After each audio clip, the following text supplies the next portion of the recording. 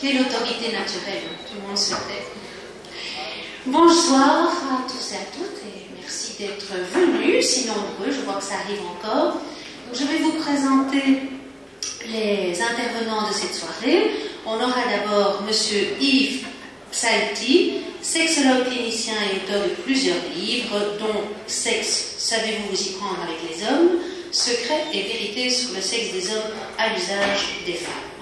Et donc, Yves est enseignant à l'ULB et à l'UCL en sexologie.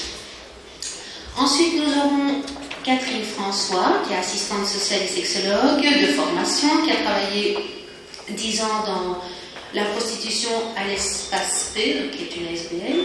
Elle est présidente de SOS Viol et elle est l'auteur de Paroles de prostituées, qui est paru en 2001, et de Sexe, prostitution et contes de fées, qui est publié en 2011.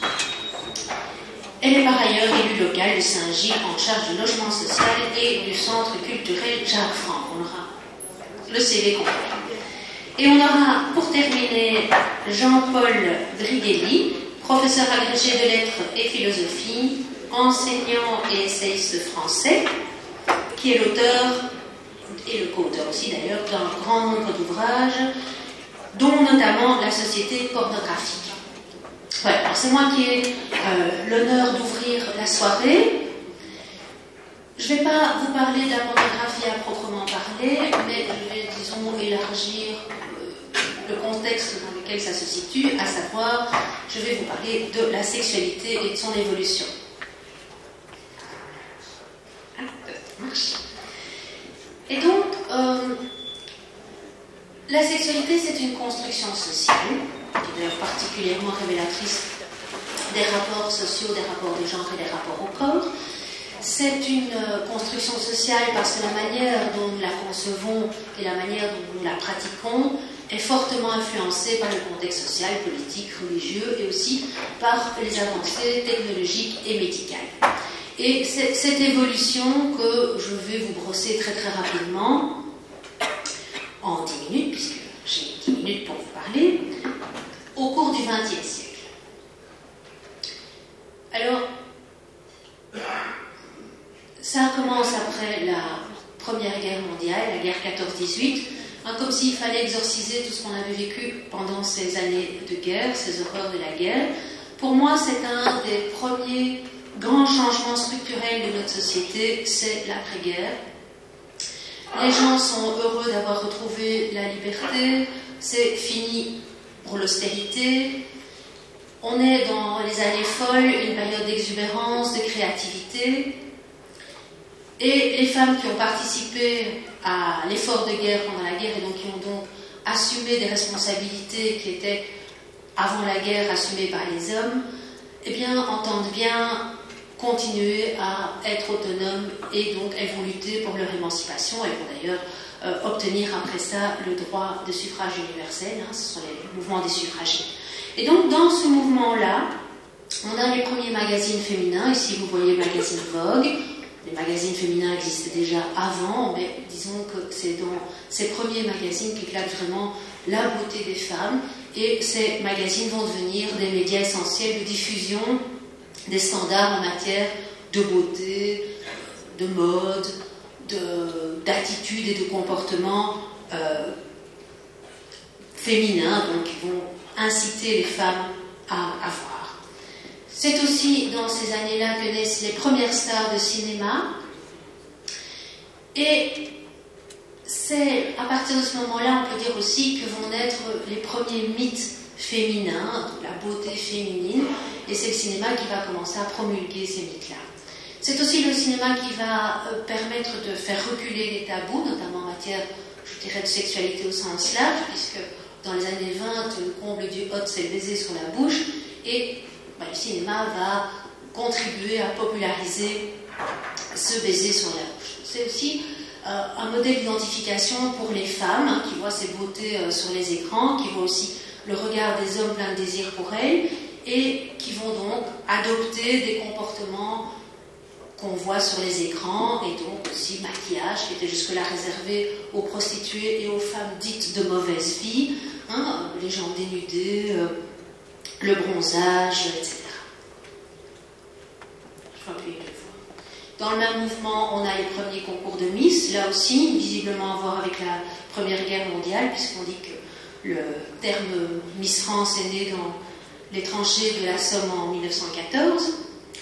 On en arrive aux années 40, 39-45, disons, les années de guerre.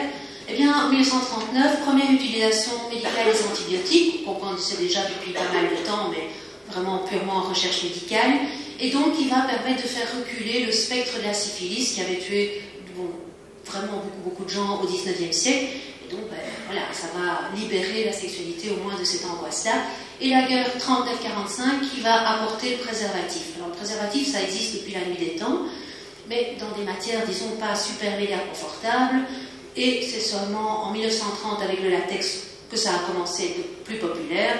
Mais c'est vraiment les Américains qui vont nous les amener parce que, fort de leur expérience de la Première Guerre mondiale et de nombreuses contaminations de maladies sexuellement transmissibles, eh bien, ces soldats avaient dans leur pactage des préservatifs. Et donc, là, la sexualité va s'affranchir à la fois de la peur de la mort, des maladies létales, et aussi du risque de tomber enceinte. Les années 50, la pornographie qui était jusque-là réservée à un public restreint et averti, eh bien, se popularise parce qu'elle trouve dans la presse papier un moyen de se diffuser. Et le premier magazine Playboy que vous voyez là, paru en 1953, fait immédiatement un tabac. 1959, première Barbie. Et en fait, c'est la première fois qu'une poupée représente une femme adulte et non pas un bébé. C'est-à-dire non pas le bébé qu'on va pouponner, mais la femme qu'on va devenir. Et donc, on peut dire que la séduction supplante la reproduction. Alors, c'est déjà une grande évolution, parce que les femmes qui étaient confinées jusque-là à la dinette et au bébé à pouponner, eh bien, évidemment, on connaisse autre chose. Donc, c'est déjà une émancipation. Mais malheureusement, c'est une émancipation qui a aussi son revers de stéréotypes, puisque bien sûr, elle est belle, grande, mince, elle est souriante. Les premières Barbie, d'ailleurs, avaient les yeux baissés parce que les femmes devaient être soumises. Donc, c'est un peu à double tranchant. Les années 60, pour moi, c'est le deuxième grand changement structurel de notre société. Donc, aux États-Unis, c'est la guerre... Les États-Unis, à ce moment-là, mènent la guerre du Vietnam, guerre dont les Américains n'avaient pas grand-chose à faire, jusqu'au moment où, en 1968, la guerre, l'offensive du Tet, beaucoup d'Américains ont été tués. Tout d'un coup, les Américains se sont rendus compte que cette guerre existait quelque part, elle est devenue vite impopulaire. Est né de ça un mouvement hippie, qui a prôné de faire l'amour et pas la guerre. De notre côté, aussi, Belgique-France, etc., mai 68, on a aussi remis en question la société des papas et les valeurs de notre société. Et ce mouvement-là a prôné de jouir sans entrave. Alors, de nouveau, du bon et du moins bon, la sexualité qui avait été très contrainte par une morale qui était très rigoriste se libère, c'est bien. Malheureusement, il y a d'autres standards, d'autres stéréotypes qui sont venus remplacer. À ce moment-là, je dirais que la sexualité se libère, mais c'est surtout la réalisation de tous les fantasmes. Et donc, on voit apparaître, ce qui n'existait pas jusque-là, des sexualités sans engagement, des sexualités avec plusieurs partenaires. Et donc, c'est plus trop cool de dire non. Et donc, c'est ok, ça se libère, mais d'un autre côté, on ne peut plus trop dire non, quoi. On voit aussi les pin-up faire leur apparition dans la publicité, et fin des années 60, apparaît aussi la pilule contraceptive, donc elle a été inventée un peu avant, mais c'est surtout fin des années 60 et dans les années 70 qu'elle va se répandre, que son usage va se répandre, et donc bien sûr faire reculer la crainte d'une grossesse. Dans les années 70, pour la première fois, les films érotiques et pornographiques connaissent des succès publics, notamment Gorge profonde en 1972. C'est le premier du genre qui connaît vraiment un succès incroyable. Il finira d'ailleurs sa carrière dans des salles de cinéma traditionnelles, classiques. Pour la première fois aussi, une actrice de porno devient une star, hein, Linda Lovelace devient une star, et c'est ce qui va se passer aussi en 1974 avec le film Emmanuel, qui va aussi connaître un tabac qui restera une dizaine d'années à l'affiche et qui va aussi voir Sylvia Kristel devenir une star. Et là, je dirais, pour moi, c'est la naissance un peu du porno chic, ce qu'on peut rappeler le porno chic, dans la mesure où ce porno devient accessible à tout le monde et le message, c'est que c'est possible pour tout le monde. Enfin, c'est un peu caricatural ce que je dis, mais jusque-là, c'était vraiment dans des sphères très privées, et à partir de ce moment-là, eh bien, ça devient beaucoup plus répandu. Alors, les années 80 et 90 encore plus, c'est-à-dire un renforcement dans les années 90, pour moi, ça c'est le troisième grand changement de notre société, c'est vraiment un nouvel ordre de notre société, c'est vraiment la mondialisation, hein, c'est la chute du mur de Berlin, avec un nouvel ordre économique aussi, donc tout qui devient plus instable, les familles deviennent plus instables, beaucoup plus de divorces, au niveau de l'emploi aussi. C'est aussi à ce moment-là que les femmes venues de l'Est arrivent, et donc tous les moyens qui sont ceux de cette époque-là, donc d'abord les vidéocassettes, puis les DVD et enfin Internet, engendrent une explosion de la production et de la consommation de la pornographie, qui se popularise évidemment parce qu'elle est d'un accès aisé, discret, voire même anonyme, et peu coûteux, voire gratuit. Et donc dans un même mouvement, je vous dis avec les filles de l'Est notamment, la pornographie se transforme, devient plus violente, met en scène des femmes de plus en plus jeunes, et donc petit à petit, bien, les codes du porno s'imposent de plus en plus dans notre société. Voilà, je n'irai pas plus loin. Voilà, donc si on résume, hein, voilà, l'hypersexualisation a été favorisée, enfin, pas trop vite, là, il va tout seul, hein, par les... On peut revenir en arrière. C'est pas grave, je ne vais pas faire trop long parce que je voulais laisser le temps aux autres intervenants. Voilà, donc je vais passer la parole à Yves.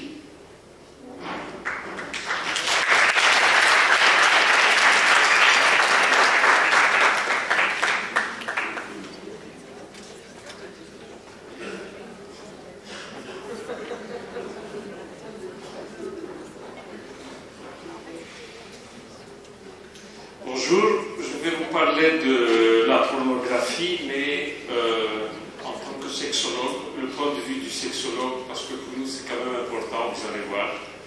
On va l'utiliser comme dans nos traitements de troubles sexuels, c'est quand même un outil non négligeable. Donc je vais d'abord vous donner les définitions de qu'est-ce qui est érotique, qu'est-ce qui est pornographique. Et je vais essayer de mettre la pornographie dans un comportement sexuel. Où est-ce qu'on parle de la pornographie? Dans quel type de comportement sexuel? Je vais vous expliquer le rôle de la pornographie et les supports utilisés, les avantages, les désavantages de la pornographie. Et avant quelques conseils et conclusions, je vais vous parler de l'addiction à la pornographie. Le mot pornographie vient du grec porné, qui veut dire prostituée. C'est une représentation de sujets obscènes destinés à être communiqués ou vendus en public. Alors ça peut être des écrits, des spectacles, des images, des photos, des films.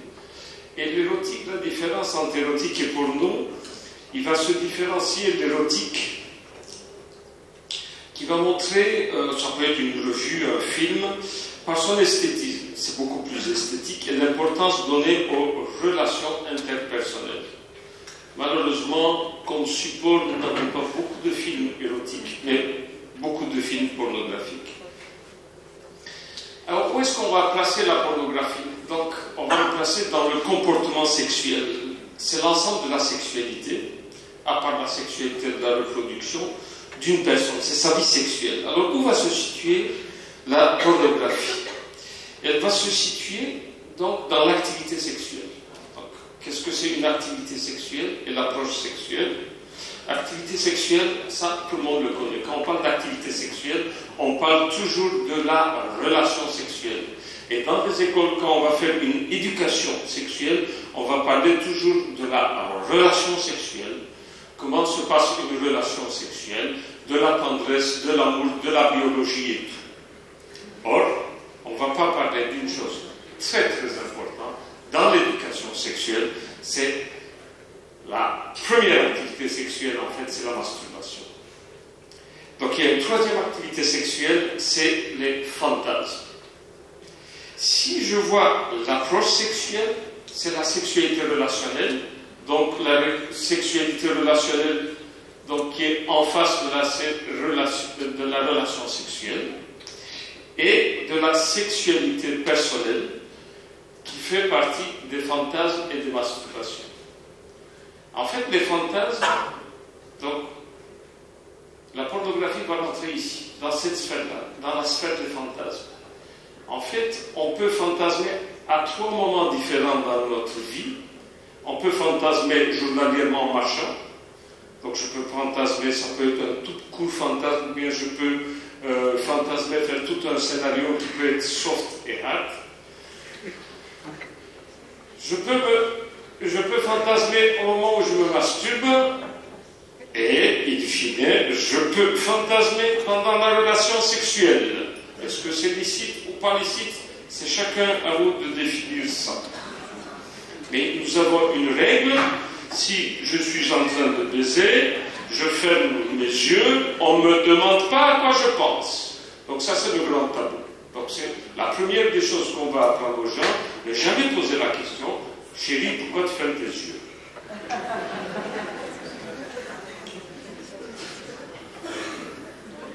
Alors la sexualité personnelle sert à se procurer du plaisir sexuel et à obtenir un orgasme quand on en a besoin. Et la sexualité relationnelle, on cherche l'amour, le contact, la chaleur humaine, l'affectivité, bref, l'intimité. On veut partager du plaisir sexuel avec l'autre. Alors, des nombres. La sexualité relationnelle, homme blanc, caucasien, européen, il va baiser dans sa vie entre... Donc vous voyez que, vous savez que la firme Durex aime bien les sondages. Pour la firme Durex, on baise 2 fois par semaine. Donc on baise 100 fois par an. Donc sur une vie sexuelle de 50, 60 ans, donc je vais baiser 5000 à 6000 fois. Il y a très peu de gens qui baisent 5 à 6000 fois. Donc dans la grande moyenne, si on pose aux gens de 70, 80 ans, combien de fois tu as baisé dans ta vie? Ou ça tourne aux environs de 2000, 2500. Ça, c'est une moyenne. Il y a plusieurs pics. Et un des pics, c'est moins de 100 fois. Entre 50 et 100 fois. Donc, je vais baiser 2000 à 3000 fois dans ma vie. Par contre, combien de fois je vais me masturber? Plus ou moins. Entre 8000 et 12000 fois. Donc, en tant qu'homme blanc, caucasien, européen, ma première activité sexuelle, et de loin, c'est la masturbation. Et non pas la relation sexuelle. Et dans des cours d'éducation sexuelle pour les jeunes, on ne parle jamais, jamais de masturbation. Et c'est un grand tort. Première chose qu'il faut dans des cours d'éducation sexuelle, évidemment, si je vais dans des écoles et je parle de la masturbation, est-ce que je serai bien accueilli? Ça, c'est une autre question. Mais si je voudrais faire une bonne éducation sexuelle, je dois apprendre aux gens à se masturber, à bien se masturber, pour pouvoir utiliser la masturbation dans la sexualité relationnelle. Alors, la pornographie, quel est le rôle de la pornographie? Je parle évidemment en tant que sexologue. Donc, la pornographie, c'est le fantasme, on va l'utiliser dans le fantasme, c'est pour enrichir la vie fantasmatique de la personne.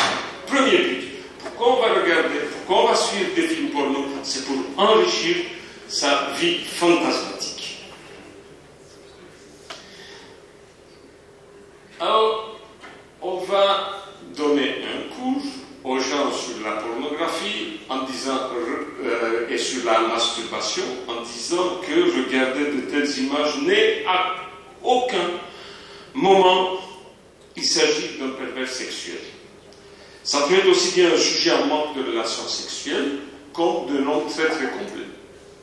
N'oubliez pas, les hommes mariés, en France, il y a une étude sortir, donc on a les chiffres pour la France, les hommes mariés en couple, 87% des hommes se masturbent versus 68% de femmes. Donc ce n'est pas seulement les gens qui sont seuls, les gens mariés aussi se masturbent. Alors, les hommes, évidemment, ils sont plus accros à la pornographie, ils vont visionner des films érotiques, aussi avec leur compagne. Ils vont proposer à la compagne. C'est rare que ce soit la femme qui propose à l'homme, tiens, ce soir, est-ce qu'on ne va pas regarder un film porno? Le but, c'est de pimenter le rapport sexuel, ou bien pour chercher une alternative à leur manque de désir sexuel. Les grands sexophiles, donc ceux qui aiment le sexe et ceux qui ont une vie sexuelle assez riche, et qui ont, à tout moment, ils peuvent avoir, même les sexophiles peuvent avoir une baisse de désir sexuel, et de best-of. Parce que, en fait, ce qui se passe dans les couples de longue durée, c'est on ne sait pas comment inviter l'autre à la sexualité. On ne sait pas quel message envoyer. On ne sait pas qu'est-ce qu'il faut dire. Donc de dire, tiens, ça fait longtemps, on n'a pas baisé, allez maintenant viens au lit, ça risque de ne pas marcher.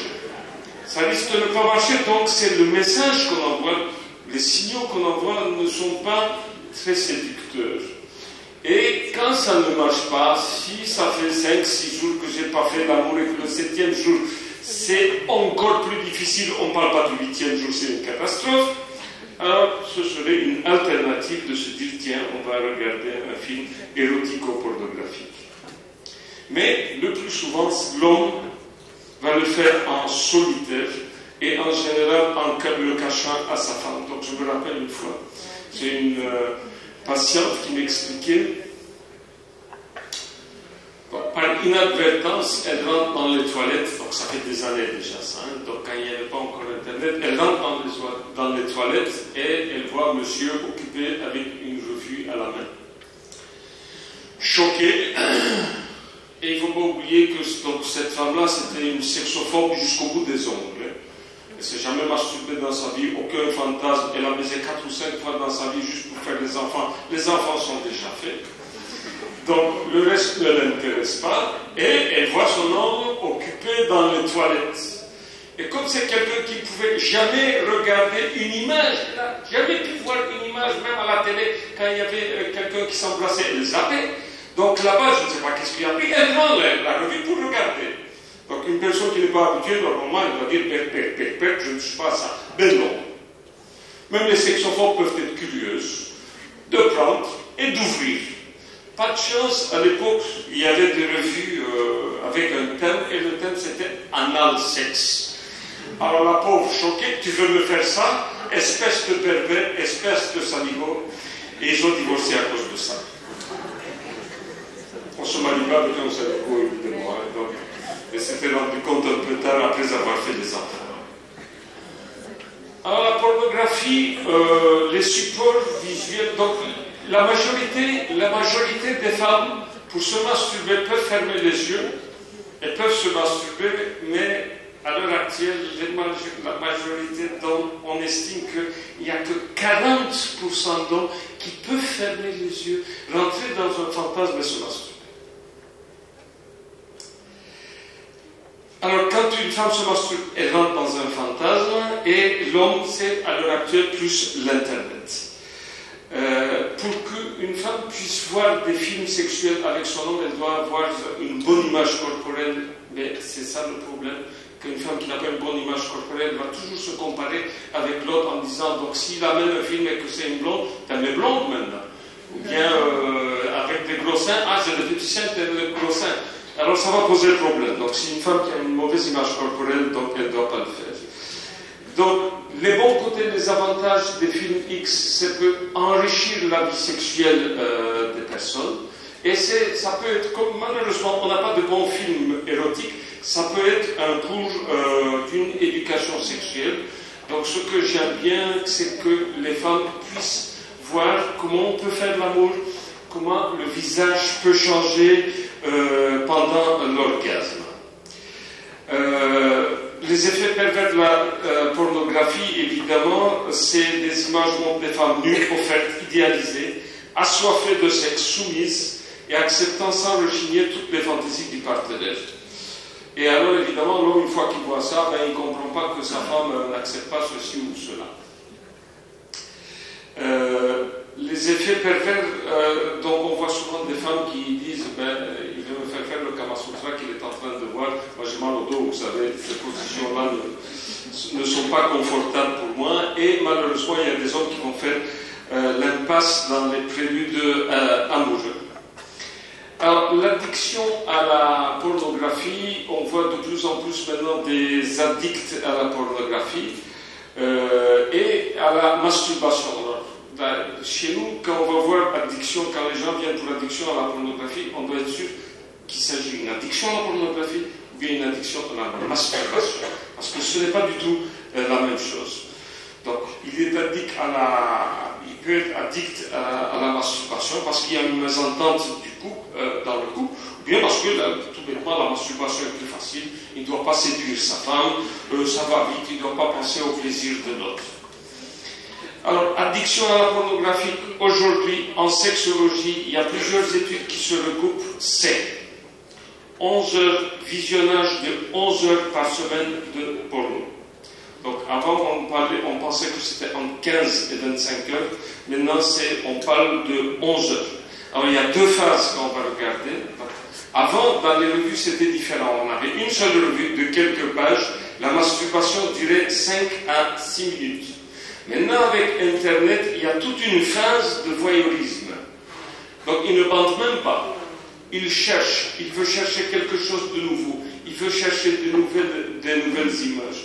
Et ça peut durer 2 heures. Et il va se masturber les 5 dernières minutes. Et ça va poser un problème. Ça peut poser un trouble sexuel, dans le sens où l'homme va passer beaucoup de temps sans bander, donc sans réponse sexuelle à regarder, et il peut avoir très vite une saturation sexuelle. Alors, donc, sa fonction sexuelle peut se dégrader parce qu'il va s'habituer encore à voir des images. Et puis, il peut y avoir des troubles au niveau de sa relation conjugale. Il va perdre l'habileté de séduction et son monde fantasmatique va changer et il voudra chercher toujours des images beaucoup plus érotiques et ça va aller crescendo. Les belles petites images avec missionnaire, ça ne lui dit rien, donc il faut aller beaucoup, beaucoup plus loin et ça va lui poser un problème.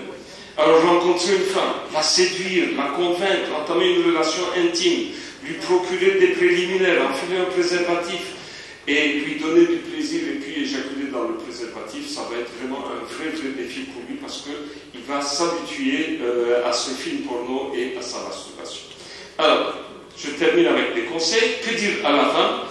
Donc aux femmes en général on dit ce n'est pas un adultère. L'homme qui regarde ces images ne veut pas absolument coucher avec ces femmes-là.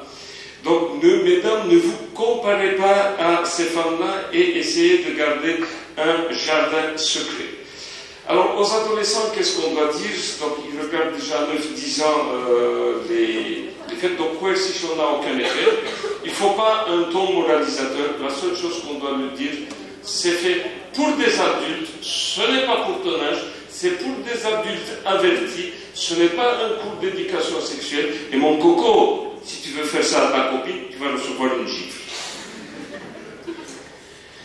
Donc, bien expliquer que, en conclusion, les films porno ne sont pas des films documentaires. On ne montre pas une sexualité relationnelle. Il s'agit juste d'un divertissement qui a pour fonction de nourrir le fantasme du spectateur adulte. Et c'est tout. Et j'explique tout ça aussi dans mon livre, c'est que savez-vous vous y prendre avec des hommes. Je vous remercie.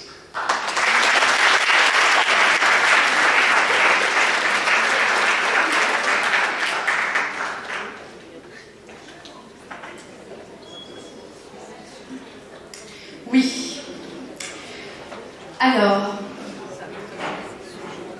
la liberté sexuelle, c'est ce qui transpire le plus quand on s'approche des personnes prostituées et des actrices porno.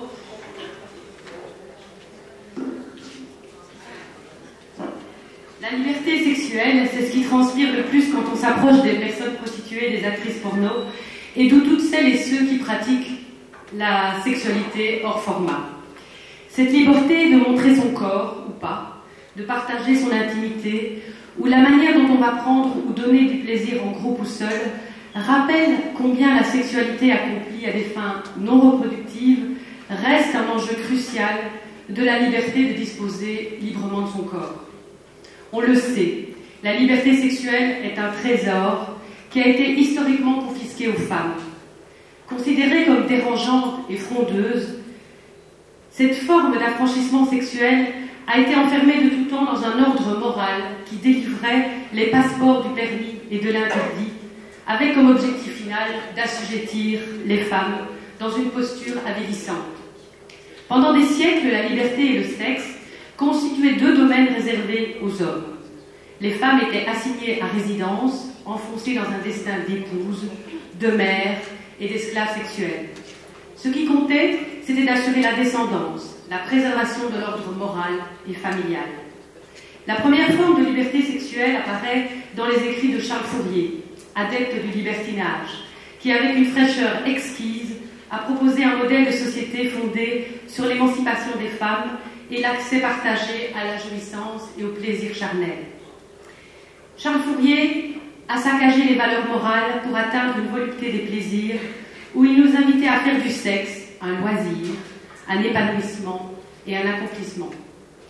Charles Fourier a provoqué un véritable chambardement politique dont on mesure encore à peine la portée. Il fait partie de ces remueurs d'idées qui ont mis à mal les valeurs conservatrices et normatrices que sont la propriété des corps, la jalousie, l'amour exclusif, la fidélité, la monogamie. Ces valeurs moralistes ont été inscrites dans notre patrimoine culturel et enfoncées dans des dispositions morales et religieuses qui donnaient le ton de nos conduites sexuelles. Être libertaire, c'est bien remettre en cause l'autorité morale, politique ou religieuse qui ordonne les uns et surtout les unes à marcher droit, à réprimer les pulsions de vie et sermonner les jouisseuses. Le libertin ou la libertine, le libertin, est un affranchi qui jouit et fait jouir, qui fait sauter la vieille conception de la famille mononucléaire, de la fidélité et de la domination. Comme le rappelle si bien Michel Onfray dans ses ouvrages, le libertin au XVIIe siècle est non seulement un libre penseur, mais bel et bien un affranchi de tout joug, ni Dieu ni maître, un adepte du corps et de ses nombreuses jouissances. Rappelons quand même que les précepteurs de la morale ont donné au mot libertin une coloration de débauche, de décadence et d'immoralité. Le XXe siècle a achevé ce chambardement des idées en questionnant d'un point de vue politique le patriarcat, la religion, la famille hétérosexuelle et le mariage forcé. Avec l'apogée du féminisme des années 70, qui a percolé dans nos sociétés occidentales, nos modes de vie ont pu être débarrassés de cette membrane morale qui a entouré ce que nous avions de si précieux, la liberté. Avec la maîtrise de la fécondité, nous avons pu détacher le sexe, le plaisir, de la procréation. Nous avons pu choisir ou pas d'avoir des relations sexuelles. C'est la loi qui pénalise le viol depuis 1989 en Belgique. Pourtant, les combats ne sont pas gagnés. Cette liberté sexuelle est mise en branle dans nos sociétés modernes par un retour de l'ordre moral qui conteste le droit de disposer librement de son corps. Les conduites sexuelles non conformes sont pointées du doigt, à la fois par les ligues de vertu, par une certaine élite autoproclamée féministe et par les églises qui, ensemble, s'accordent à enfermer l'expression de la sexualité en faisant une véritable police des mœurs. Ces groupuscules dépositaires de la pensée unique s'acharnent à vouloir pénaliser tout ce qui bouscule la bien-pensance. La pornographie, les lieux de débauche, la prostitution, les talons aiguilles, le port de la mini-jupe, le port du voile, le libertinage sexuel et les strings. Les paroles des unes sont confisquées, voire caricaturées et retouchées par les garantes de l'ordre sexuel, ces nouvelles vigiles féministes qui, début des années 80 déjà, se sont fait connaître au sein des Women Against Pornography en faisant littéralement imploser le mouvement féministe sur les questions sexuelles. Ce féminisme anti-porno, d'origine bourgeoise, va trouver un écho certain auprès d'élites conservatrices et religieuses pour réclamer d'une même voix la mise à sac du libertinage et de l'affranchissement sexuel. Ce féminisme que j'appelle le féminisme taliban, puisque totalitaire, qui fait la une des médias, incarné notamment par les Femen, a entamé une véritable croisade contre la pornographie. Ces idéologies fondamentalistes déploient un véritable catalogue de lamentations et d'accusations morales à l'égard des hommes, uniques responsables du sort malencontreux des pauvres femmes. Ce féminisme abolitionniste se plaît à victimiser les femmes, les considérant comme des êtres fragiles, sensibles, qu'il faut à tout prix plaindre, protéger et médailler. Ces mouvements conservateurs trouvent appui dans la valorisation de la différence sexuelle qui prétend que notre nature féminine serait différente et dès lors que nous serions plus douces, avec moins de besoins sexuels, plus généreuses, moins lubriques, plus maternelles que les hommes, désignées comme uniques responsables de l'asservissement des femmes. À force de répéter que les femmes seraient moins guerrières, moins portées sur le sexe, davantage dévouées aux bonnes causes, moins bestiales, on en est venu très vite à dresser un portrait au vitriol des hommes. Pourtant, les femmes restent les principales responsables de l'éducation des hommes. Et ce sont les femmes qui transmettent l'inégalité en continuant à produire des machos et des violeurs, parce que la virilité reste une valeur adulée, comme une taxe ajoutée dans l'éducation des petits garçons. Le féminisme abolitionniste s'est donc donné une nouvelle jeunesse, en vociférant contre le travail sexuel, leur permettant de revenir sur l'avant-scène médiatique par des actions coup de poing contre les prostituées ou contre l'industrie pornographique. Leur génie, elles en ont, est de véhiculer sans cesse des amalgames terrifiants entre la prostitution, la pornographie, l'exploitation sexuelle, la traite des êtres humains et le viol. Les abolitionnistes, les anti-porno et les anti-légalisation du travail sexuel refusent avec acharnement de reconnaître l'autodétermination des travailleuses et des travailleurs sexuels, tournant ainsi le dos au slogan historique « Je dispose librement de mon corps ». Lorsque les lois répressives se sont intensifiées en France et en Suède, notamment, les travailleuses sexuelles, actrices porno, prostituées, étaient seules pour défendre leur dignité contre l'arbitrage policier et sécuritaire. Il est affligeant de constater que le féminisme défend la criminalisation du travail sexuel, criminalisation des clients et clientes. C'est-à-dire, on parle de qui ? De celles et ceux qui, contre quelques billets froissés, réclament un massage du sexe ou quelques câlins érotiques. Quel crime! Ce féminisme institutionnel réclame une société où on enferme un homme parce qu'il s'est fait sucer en échange de 50 €. Ces féministes veulent une société où la femme qui aura bénéficié d'un massage de son clitoris par un travailleur sexuel sera passible d'une amende de 100 €.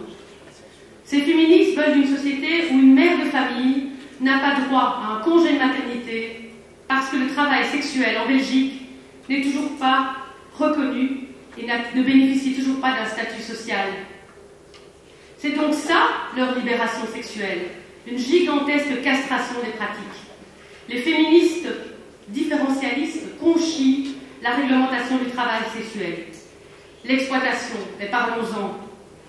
Est-ce qu'on les entend s'émouvoir sur l'exploitation des femmes dans le secteur du nettoyage, qui pour 600 € nettoient le Parlement européen à 4h30 du matin?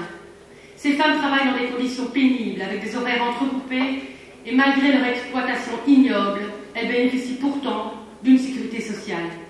Est-ce qu'une femme qui pratique des fellations à Bruxelles pour 40 € serait davantage victime d'exploitation qu'une femme qui travaille pour 600 € à nettoyer le Parlement européen?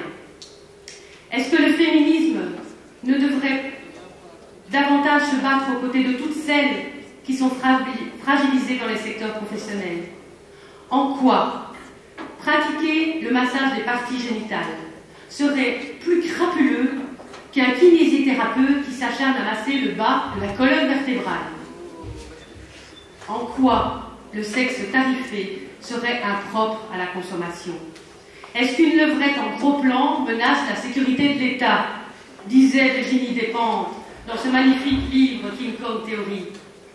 En quoi faire jouer une personne en situation de handicap serait un crime contre l'humanité? En quoi tailler une pipe dans un film porno serait dégradant pour une femme? La pornographie n'est qu'une mise en scène de la sexualité, comme le cinéma. La pornographie, disait André Breton, c'est l'érotisme des autres.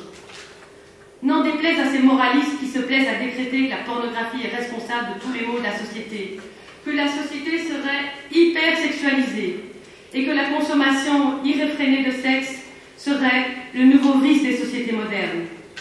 C'est avec une grande détermination que ces groupuscules néo-bourgeois, ces nouvelles prédicatrices s'approprient sans vergogne le droit de parler à la place des actrices porno. Les abolos féministes savent mieux que quiconque comment nous devons nous habiller, comment nous devons nous comporter, comment nous devons jouir. Convertis en heureux dignitaires de la cause des mères de famille, jetant l'anathème sur les putes, les actrices porno, le libertinage, la pornographie, les voilés, les strings, ces mères morales instrumentalisent la pornographie comme l'unique responsable de tous les maux. Ce sont les discours sur les travailleuses sexuelles qui font d'elles des objets sans vie, des corps sans cerveau, des bouches sans cœur, des organes sans intelligence. Ce sont ces discours-là qui heurtent mes sœurs, ces discours qui considèrent les travailleuses du sexe comme les rebuts de la société. La putophobie ambiante oublie que la première violence faite aux travailleuses sexuelles, c'est de ne pas reconnaître des droits égaux à toutes ces travailleuses. Ce qui importe pour l'élite bourgeoise, c'est de lisser nos modes de vie, faire taire les passions. Cette pensée dominante qui prend appui sur des discours pseudo-scientifiques ou sur des statistiques totalement bidons n'a de cesse de critiquer les dérives de la modernité et de rappeler le bon vieux temps comme unique curseur du bien-être humain. Personne ne souhaite en effet que les hommes et les femmes se détournent des outils de production capitalistes pour sombrer dans la jouissance. Comme si le sexe à grosse dose serait devenu néfaste à notre épanouissement, ou seulement si celui-ci est consommé dans le cadre du couple marital. Au moment où l'égalité des sexes est promulguée, où la liberté sexuelle est consacrée, on vient nous rappeler que le sexe est du tort et qu'il engendre une certaine maltraitance. On a même inventé un mot, addiction. Et la condamnation de Dominique Strauss-Kahn n'est pas sans rappeler le portrait au vitriol dressé contre tous ceux et toutes celles qui font du libertinage un mode de vie. Et il faut bien l'avouer, nous n'avons jamais entendu ces pourfendeurs de la liberté s'indigner devant l'existence des contes de fées, qui ont pourtant de tout temps saccagé l'égalité des sexes et figé les filles dans des rôles de potiches, soumises, confirmées dans une sexualité passive. Les contes de fées, c'est ça qu'on doit interdire. Les contes de fées ont été produits par la classe dominante pour véhiculer l'idée du mariage monogamique, de l'exclusivité amoureuse, de la passivité féminine, la jalousie. Ce sont les contes de fées qui ont détourné les filles de leur destin de conquérantes et de femmes émancipées. Ce sont les contes de fées que l'on doit interdire, et non la pornographie. Si nous avons recours à la pornographie, c'est parce que nous cherchons à faire jaillir nos désirs, à élargir nos fantasmes, ou mettre à mal les conventions morales. C'est d'ailleurs la fonction de la pornographie, jusqu'au XXe siècle, de proposer une critique politique et sociale de nos sociétés. Je ne peux déplorer, comme vous sans doute, que la pornographie ait perdu de son odeur, ait perdu de sa pilosité anarchique, de ses couleurs, de sa vigueur et de son mordant politique pour se centrer effectivement uniquement sur l'excitation des hommes. Qu'il est sain d'avoir une libido active. Et les études récentes ont toutes montré que plus une société est libre sexuellement, avec une pornographie accessible, et moins il y a de crimes sexuels. Plus la sexualité est cachée, inaccessible, plus la tentation de recourir à la force et considérer les femmes comme des instruments de jouissance est grande. Il y a de la place pour une pornographie libertaire tournée vers les pulsions de vie pour contrebalancer les postures simiesques de la pornographie actuelle. Notre rôle dans l'éducation sexuelle sera de rappeler que le consentement est le préalable à toute rencontre sexuelle. Le consentement, dans le travail sexuel, est toujours présent. Le viol est un acte terrible. Comme président de viol, je peux vous en parler plus précisément. C'est pourquoi, je termine, bon nombre de femmes prostituées se font violer.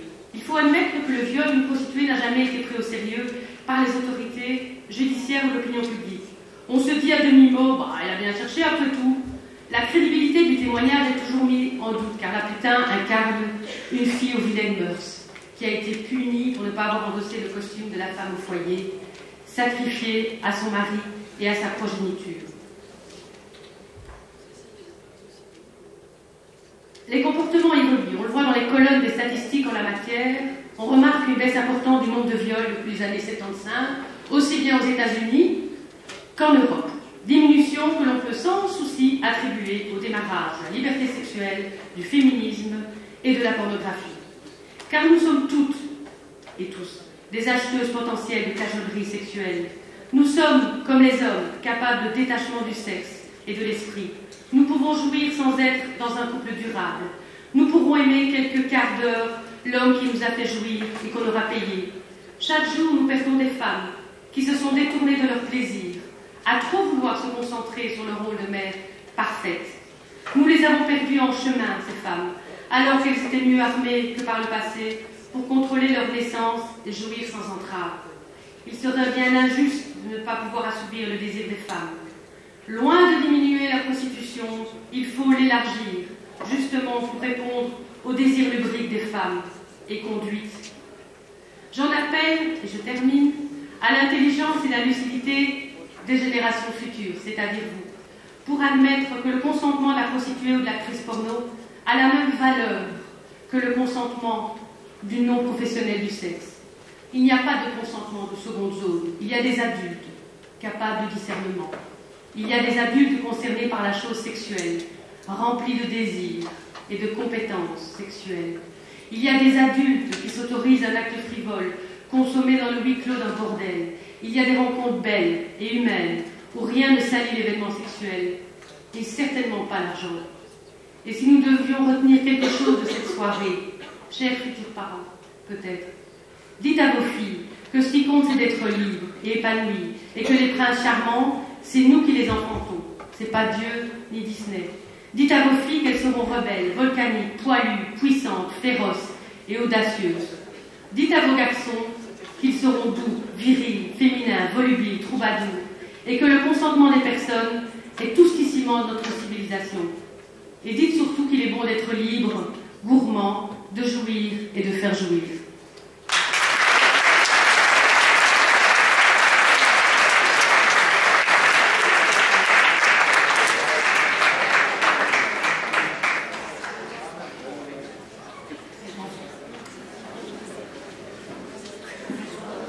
Bon, alors bonsoir. J'ai entendu toutes sortes de choses très intéressantes d'ailleurs, sur lesquelles je reviendrai peut-être plus tard, si on a le temps. Je voudrais vraiment parler de pornographie, parce que ça pose un problème de société, un problème de santé et surtout un problème économique. Parce qu'on a entendu toutes sortes de choses, on n'a pas parlé d'argent, et c'est quand même essentiel. Je rappelle qu'on est parti de l'idée de pornographie, c'est littéralement ce qui est écrit à propos de la prostitution, pornée, effectivement. On ne s'est pas dit au passage ce que voulait dire érotisme. Ça serait bien de dire que l'érotisme, c'est tout ce qui concerne l'amour, hein, Eros. C'est une division quand même qui est importante. Alors je vais vous poser une question, là, comme ça. Un film porno ne coûte pas très très cher à faire, parce que les acteurs et les actrices ne sont pas super bien payés, contrairement à ce qu'on peut s'imaginer, mais quand même ça a un coût. Comment se fait-il que ces films soient gratuits? Comment se fait-il qu'on les voit gratuitement sur Internet? Comment se fait-il qu'on puisse le voir tous les jours? Enfin, vous allez dire combien? 11 heures par semaine? Je pense qu'il y a des gens qui en sont à 11 heures par jour, hein, de toute façon. Mais comment se fait-il qu'on puisse en voir des milliers, des dizaines de milliers? Vous allez sur Pornhub, vous avez tout, c'est un, comme son nom l'indique, c'est un hub qui permet de se réorienter de tous les côtés. Comment se fait-il que ça ne coûte rien, que ça ne nous coûte rien?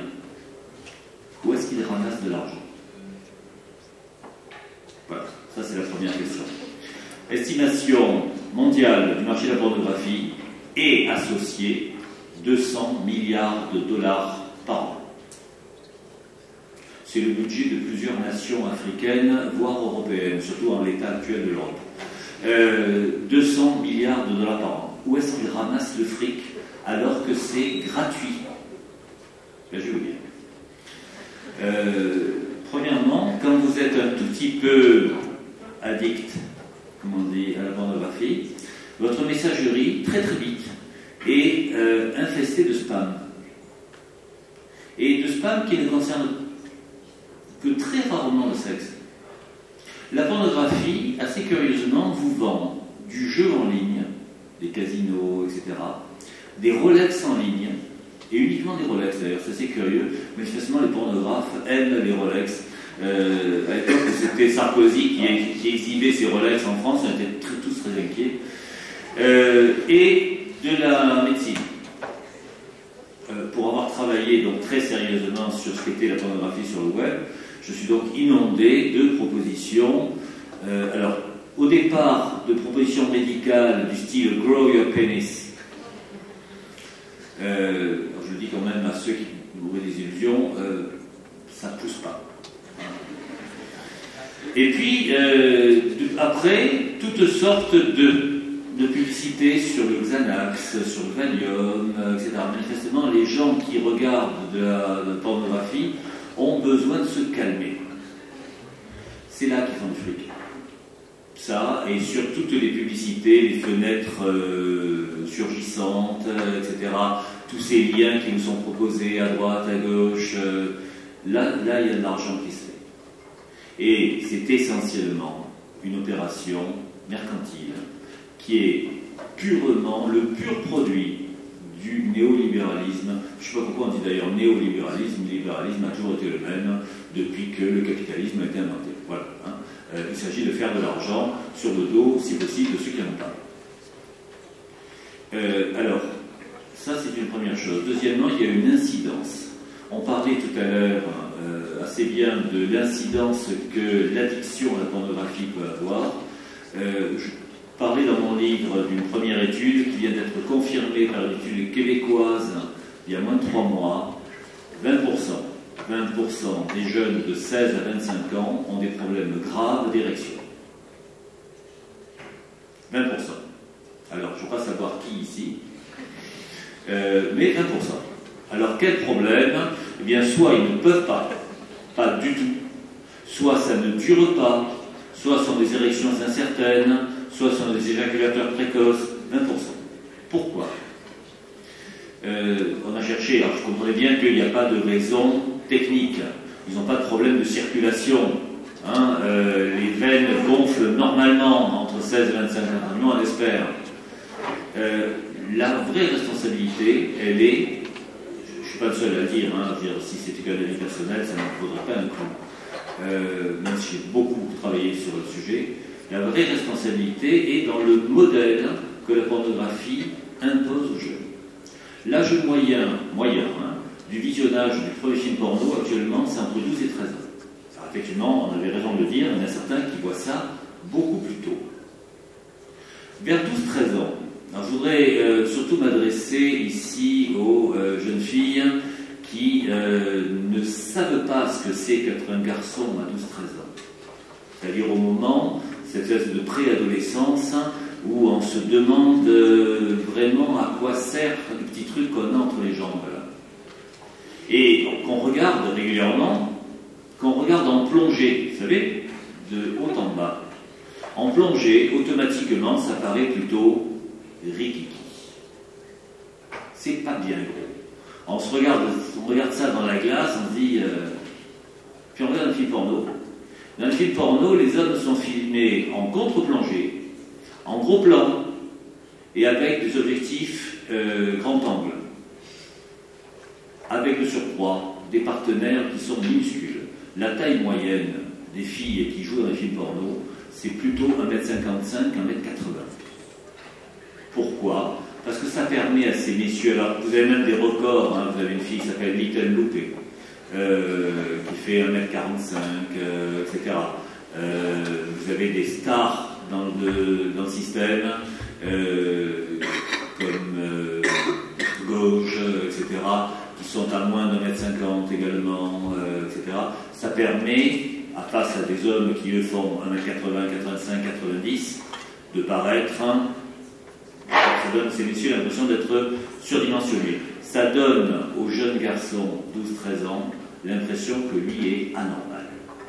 Au passage d'ailleurs, ça donne aux jeunes filles qui regardent ça, alors c'est plutôt 13-14, le visionnage du premier film porno pour les filles, il y a un léger décalage. Le jour où elles se retrouvent avec un copain standard, valeur entre 14 et 18 cm en extension, Elle se dit, mais il n'est pas normal. Il ne ressemble pas à Mr. Marcus. 28 cm hors tout. Vous voyez? Alors ça, c'est un premier point. Deuxièmement, regardez la durée des films porno. C'est incroyablement court. C'est incroyablement court et ça obéit invariablement toujours au même scénario. C'est-à-dire que ça impose un mode de fonctionnement dans lequel, pour des raisons sur lesquelles on pourrait revenir, la sodomie est l'acte final, systématiquement.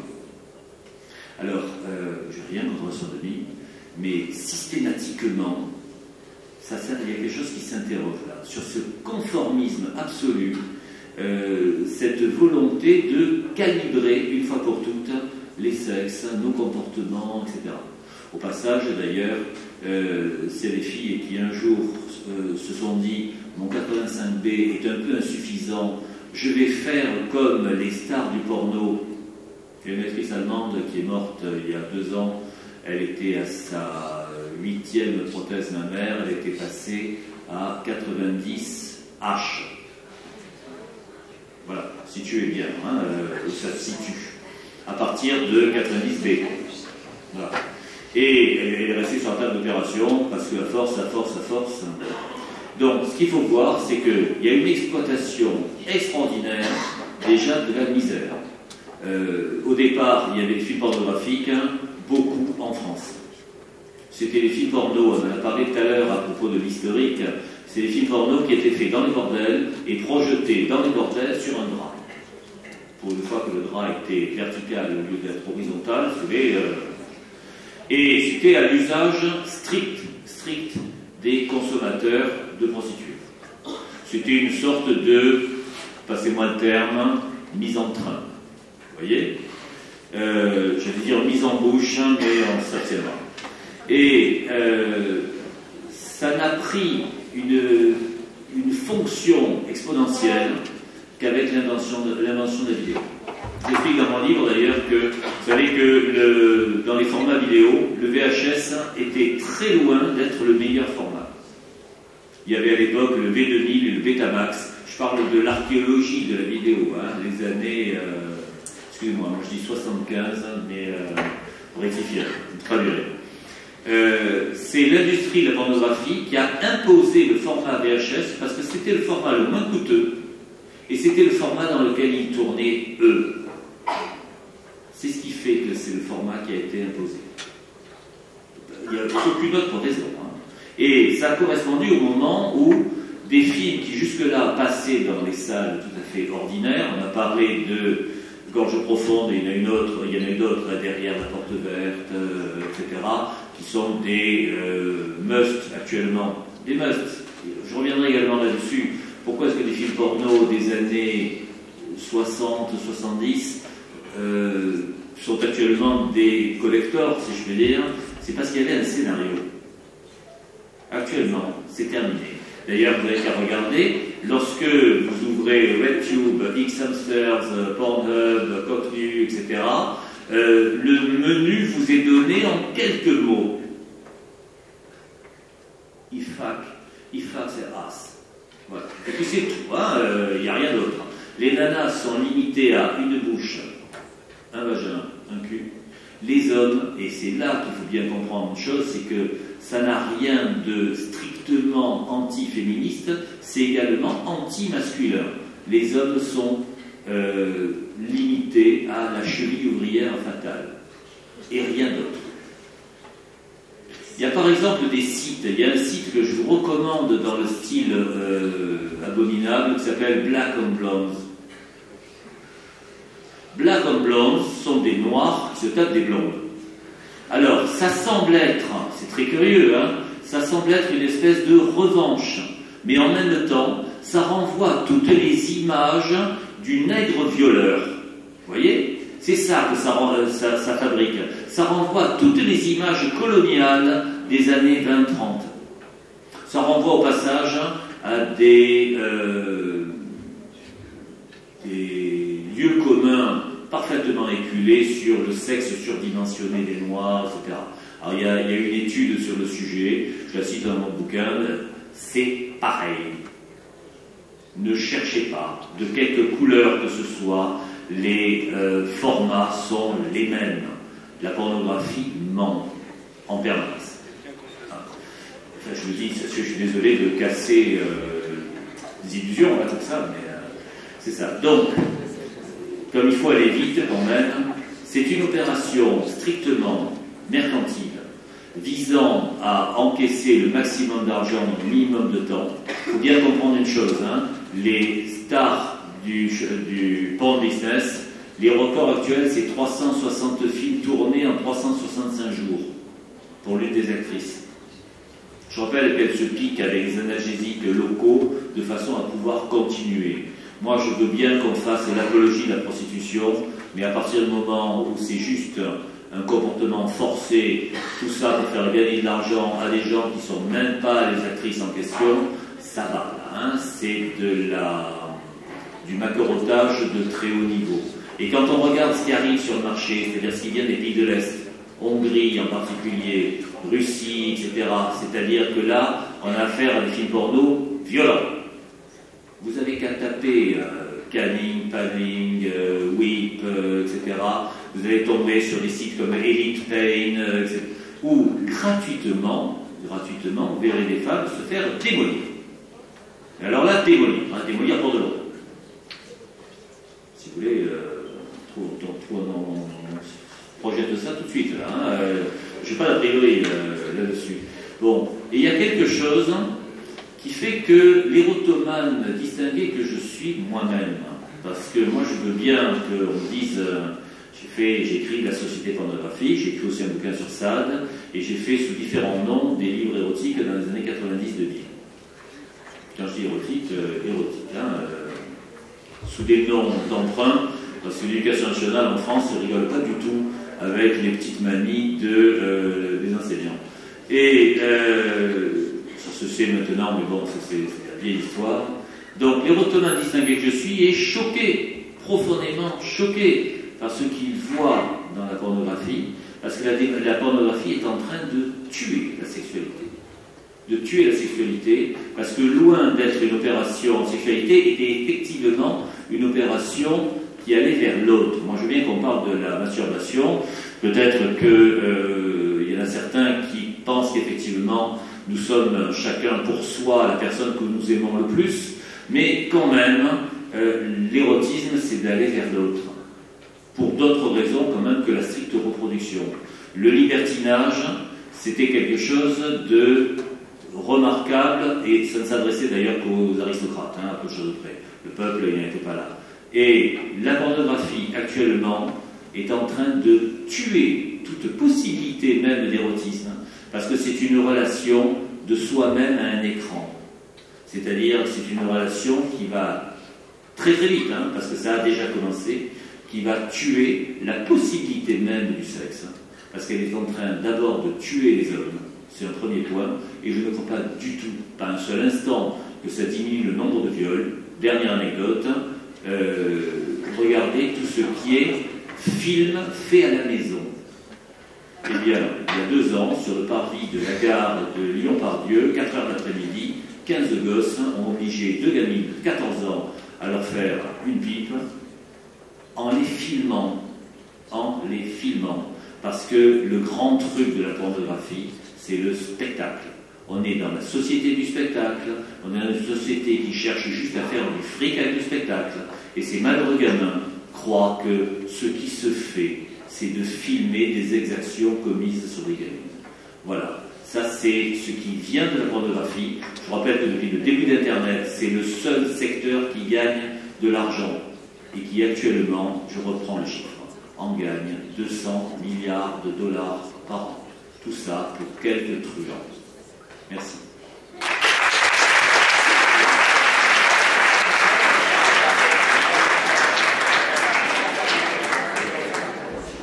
Merci à tous. J'espère qu'il y a des réactions dans la salle. On va d'abord commencer par un tour de salle. On va prendre plusieurs questions. Ah oui.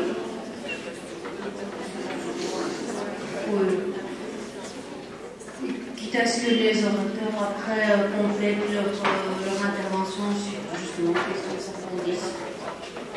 Donc plusieurs petites questions en même temps, on va prendre 2-3 questions et puis comme ça chacun répondra.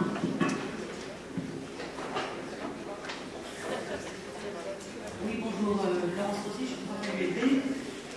J'avais une question à l'ensemble des intervenants, mais peut-être que ça a été déterminé par le public que vous aviez, le public étudiant.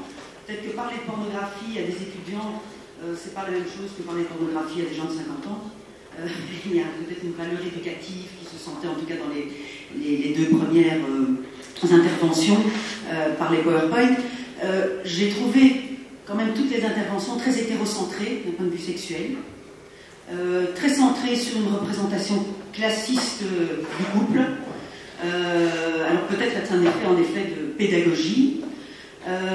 Par rapport aux interventions, M. Brielli, vous êtes brillant, mais vous pouvez dire la même chose sur l'école, sur le foot.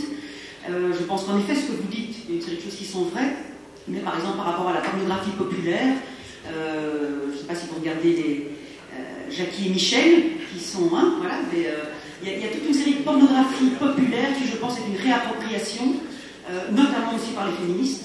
Une partie des féministes se sont heureusement réappropriées aussi la pornographie.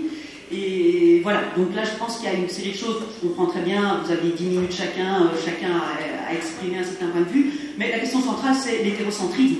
On vient de voter le mariage pour tous en France, il y a quand même une vision de la sexualité qui est extrêmement hétéronormée dans ce que vous avez proposé, et voilà, je voulais savoir si c'était intentionnel ou si c'était parce que finalement on est encore dans une société très hétérocentrée.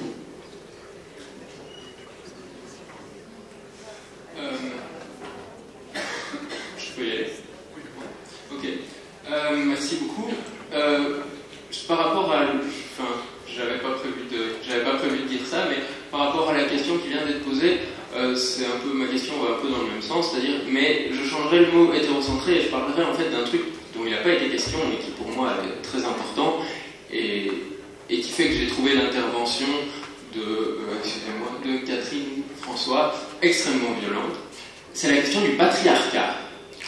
Parce que pour moi, a priori, au départ, le féminisme, c'est avant tout une question de s'en prendre au patriarcat en tant que système d'oppression et de domination des hommes sur les femmes, mais d'une certaine manière, même des hommes, en fait, d'une domination d'une norme sur les êtres humains.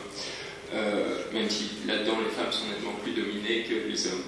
Alors, moi, je voudrais pas avoir donné l'impression que je victimise les femmes, c'est pas ça. Mais enfin, vous avez évoqué Fourier et le sort même conceptuel qui était fait aux femmes avant que Fourier ne développe ses théories et qui depuis a largement survécu. Il me semble pas qu'on ait pu à ce moment-là vous reprocher d'avoir victimisé les femmes. À mon avis, dire aujourd'hui que les femmes sont victimes d'un système patriarcal de domination extrêmement violent, je pense pas que c'est les victimiser en fait. C'est pas parce qu'elles en sont actrices qu'elles n'en sont pas victimes.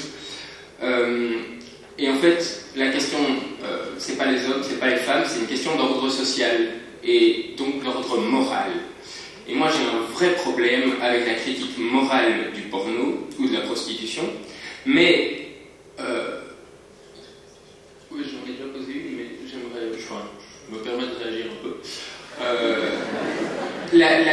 Ce que vous n'avez pas dit, qu'on aurait pu dire aussi, c'est qu'au moment de la libération sexuelle, la prétendue libération sexuelle, d'autres l'ont dit, il y a un endroit où la femme, effectivement, ne peut plus vraiment dire non, mais dans une certaine mesure, ça vient avec la marchandisation de plein de trucs, et il y a, la femme, c'est même pas qu'elle peut plus dire non, c'est qu'à un moment donné, c'est plus qu'un bout de viande, en fait, à un endroit. Parce que on n'a pas bougé à ce moment-là, au niveau du patriarcat.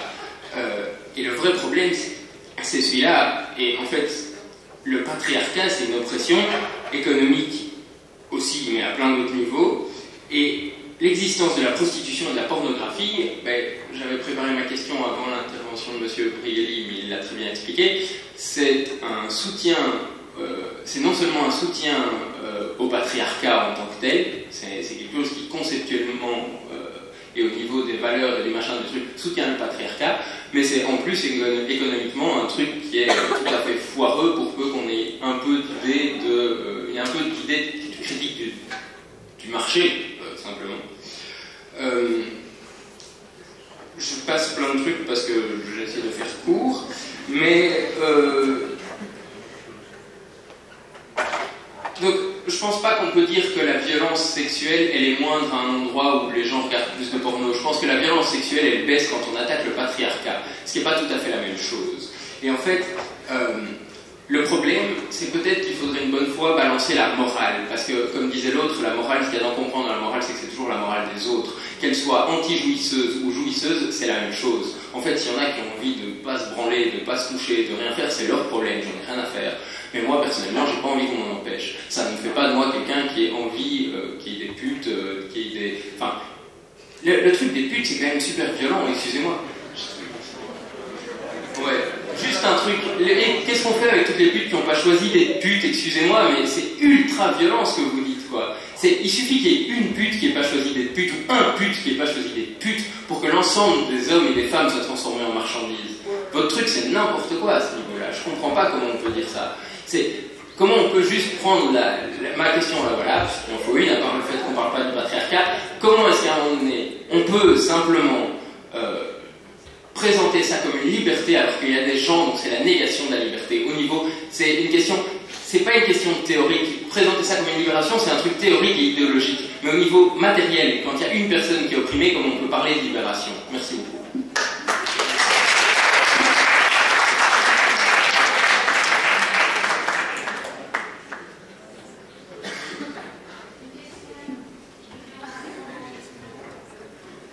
Moi j'ai deux remarques à faire. Une aux deux messieurs, qui est que vous n'avez pas beaucoup parlé des femmes. Par exemple, vous avez parlé des problèmes que les hommes peuvent rencontrer en comparant leur corps au corps des acteurs porno, mais vous n'avez pas parlé des normes d'épilation, des normes de calibration des lèvres, etc., des vagins féminins, qui est un...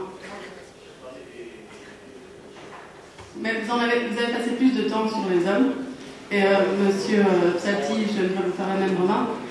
Maintenant, aux femmes, j'aimerais faire une remarque à vous deux, qui rejoint un peu ce que Mme Rosier a dit, qui est que vous avez un peu toutes les deux dépeint une histoire du féminisme qui est très centrée sur les femmes blanches. Par exemple, votre association avec le travail comme étant une émancipation nie tout à fait que les femmes pauvres et les femmes noires travaillaient déjà bien avant que les femmes bourgeoises blanches ont commencé à travailler. Et Mme François, pareillement, cette association de la maternité à des contraintes et la liberté, et à la sexualité à une liberté, ni aussi tout le combat des femmes noires qui étaient stérilisées en masse dans les années 70 aux États-Unis, en même temps que les féministes blanches se battaient pour le droit à l'IVG, etc. Et j'ai une question aussi pour Mme François qui est assez simple, qui est pensez-vous que toutes les femmes jouissent, toutes les femmes qui entrent dans ces pratiques? Vous avez beaucoup insisté sur l'importance de jouir, et je pense que personne ici va vous contredire sur ce point. Mais pensez-vous qu'il est si simple pour les femmes de jouir avec, dans ces schémas qui sont présentés par la pornographie? Voilà. Merci pour vos questions. Donc effectivement, je pense que les interventions étaient très courtes, 10 minutes chacun, 10 minutes, un quart d'heure. On n'a pas pu répondre à tout, donc effectivement, c'est l'occasion. Alors, qui veut, parmi vous...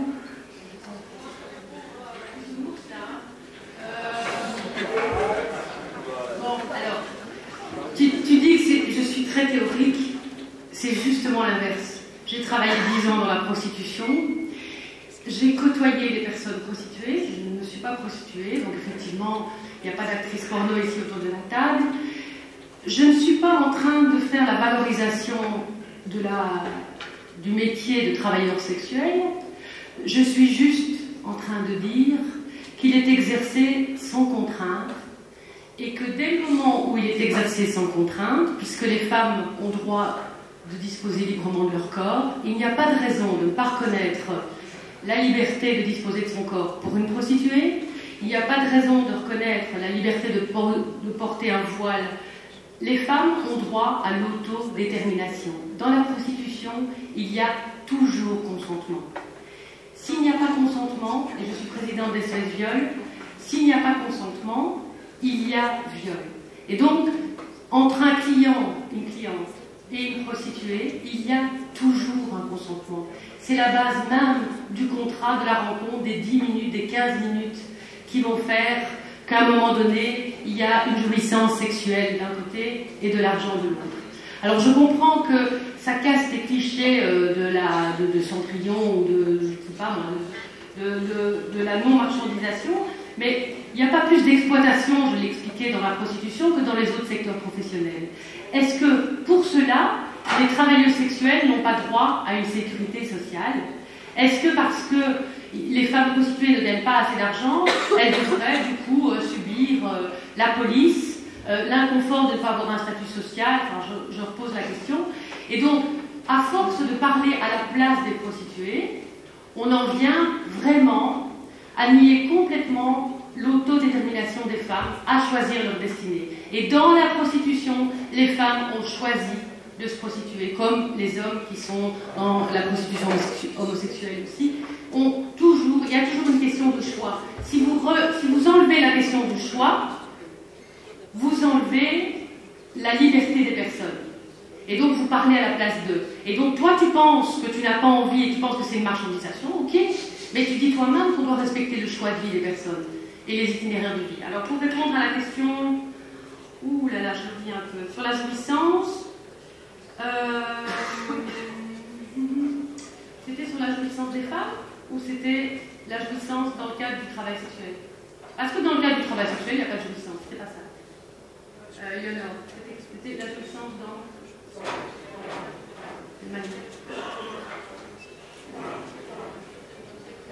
Dans le cadre de la pornographie aujourd'hui, qui est exclusivement machiste, je suis d'accord, il y a une pornographie féministe que tu connais sans doute, enfin j'espère que vous connaissez toutes. Il y a Ovidie, actrice porno, qui a réalisé une série de films porno, et il y a Virginie Despentes et toutes les autres qui ont vraiment lancé une pornographie féministe qui donne un rôle évidemment de dominatrice aux femmes, puisqu'elles ont autant envie que les hommes d'avoir une sexualité sublimée dans la pornographie. Et donc, quand vous parlez de pornographie, vous parlez de pornographie féministe, parce que ce n'est pas clair. Donc je parle de pornographie libertaire. Et donc, c'est les années 70 qui avaient en même temps une contestation politique, une contestation morale de la société dans laquelle on vit. Aujourd'hui, la pornographie, elle est fade, elle est triste, elle est sans poil, elle est... Et ça, en même temps, si des personnes trouvent plaisir à regarder un film porno, du moment que les actrices porno ont un statut, bénéficient d'un statut, du moment qu'elles bénéficient d'un syndicat, donc quand j'ai travaillé à l'Espace P, j'ai mis en place une centrale syndicale pour les travailleuses du sexe, pour qu'elles puissent avoir des conditions de travail correctes. Et donc, aujourd'hui, ce qu'il importe, et je parle au bisounours là-bas, ce qu'il importe, c'est de reconnaître... Je suis désolé, oh, mais l'esprit, ça va pas. Je te taquine, toi-même, tu m'as dit que j'étais violente. Non, mais attendez, vous direz ça le jour où vous saurez ce que c'est le consentement. Le consentement, c'est pas juste dire oui. Hein. C'est tout votre... C'est quoi le consentement alors? Explique-moi le consentement. Explique c'est quoi le consentement. Ça arrive sans violence. Et quand il y a des mains qui n'arrivent pas... Le consentement, c'est quand on a pu explorer son désir, un minimum. Et c'est quand on ne s'est pas fait forcément confisquer son passeport. Quand on est ukrainien, on s'est fait confisquer son passeport. Je n'ai pas parlé des Ukrainiens, je n'ai pas parlé de traite des êtres humains. Écoute, je ne t'ai pas parlé de traite des êtres humains. Attendez, quand on parle de prostitution, on parle aussi, et forcément, de traite des êtres humains. Alors, parce que toutes les prostituées sont des femmes victimes de la prostitution. Ok, ça va. Je vois que la moitié de la salle est abolitionniste, alors je vais vous parler aussi. Donc, dans la prostitution, il n'y a pas de mépris. Dans la prostitution, il y a toujours un consentement. Je n'ai pas parlé de la traite des êtres humains. Je n'ai pas parlé du viol. Je n'ai pas parlé de l'exploitation sexuelle des femmes. Mais ce que je veux que tu entendes avant de dénoncer l'Ukrainienne, ce que je veux que tu entendes... Laisse-moi parler. Ce que... Je termine. Ce que je veux que tu entendes, c'est la question du consentement. C'est qu'une femme a le choix, dans le cadre d'un rapport prostitutionnel, de dire oui ou de dire non. À tout moment, elle choisit le lieu, elle choisit le prix, elle choisit avec quel client elle va accomplir son acte sexuel. Ne pas reconnaître ce consentement, le consentement, c'est ce qui nous évite la barbarie. C'est le contraire du viol, le consentement. Le consentement, c'est reconnu pour deux adultes majeurs qui ont une vie sexuelle épanouie, qu'elle soit tarifée ou pas. Je pense qu'il y a peut-être consentement, mais qu'on ne peut pas dire souvent qu'il y a un consentement libre et éclairé. Et c'est très différent d'un consentement non oui et un consentement libre et éclairé. Il n'y a pas un consentement de seconde zone, je l'ai expliqué. Il y a un consentement. Quand une fille dit oui, quand une fille souhaite un rapport sexuel tarifé, il faut lui reconnaître ce droit de dire oui. Je ne comprends pas pourquoi il y a des consentements des prostituées, c'est pas des consentements, et les consentements des non-prostituées, c'est des consentements. Il y a des femmes qui sont adultes, qui sont majeures, et qui ont la capacité intellectuelle de dire oui à un rapport sexuel tarifé. Excusez-moi, mais là, je me demande qui fait dans le bisounours. Parce que,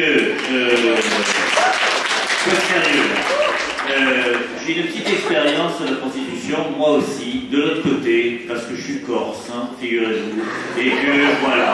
Hein. Alors, 90% des prostituées que j'ai connues étaient des filles, des malheureuses filles qui étaient forcées de se prostituer par des mecs extrêmement violents.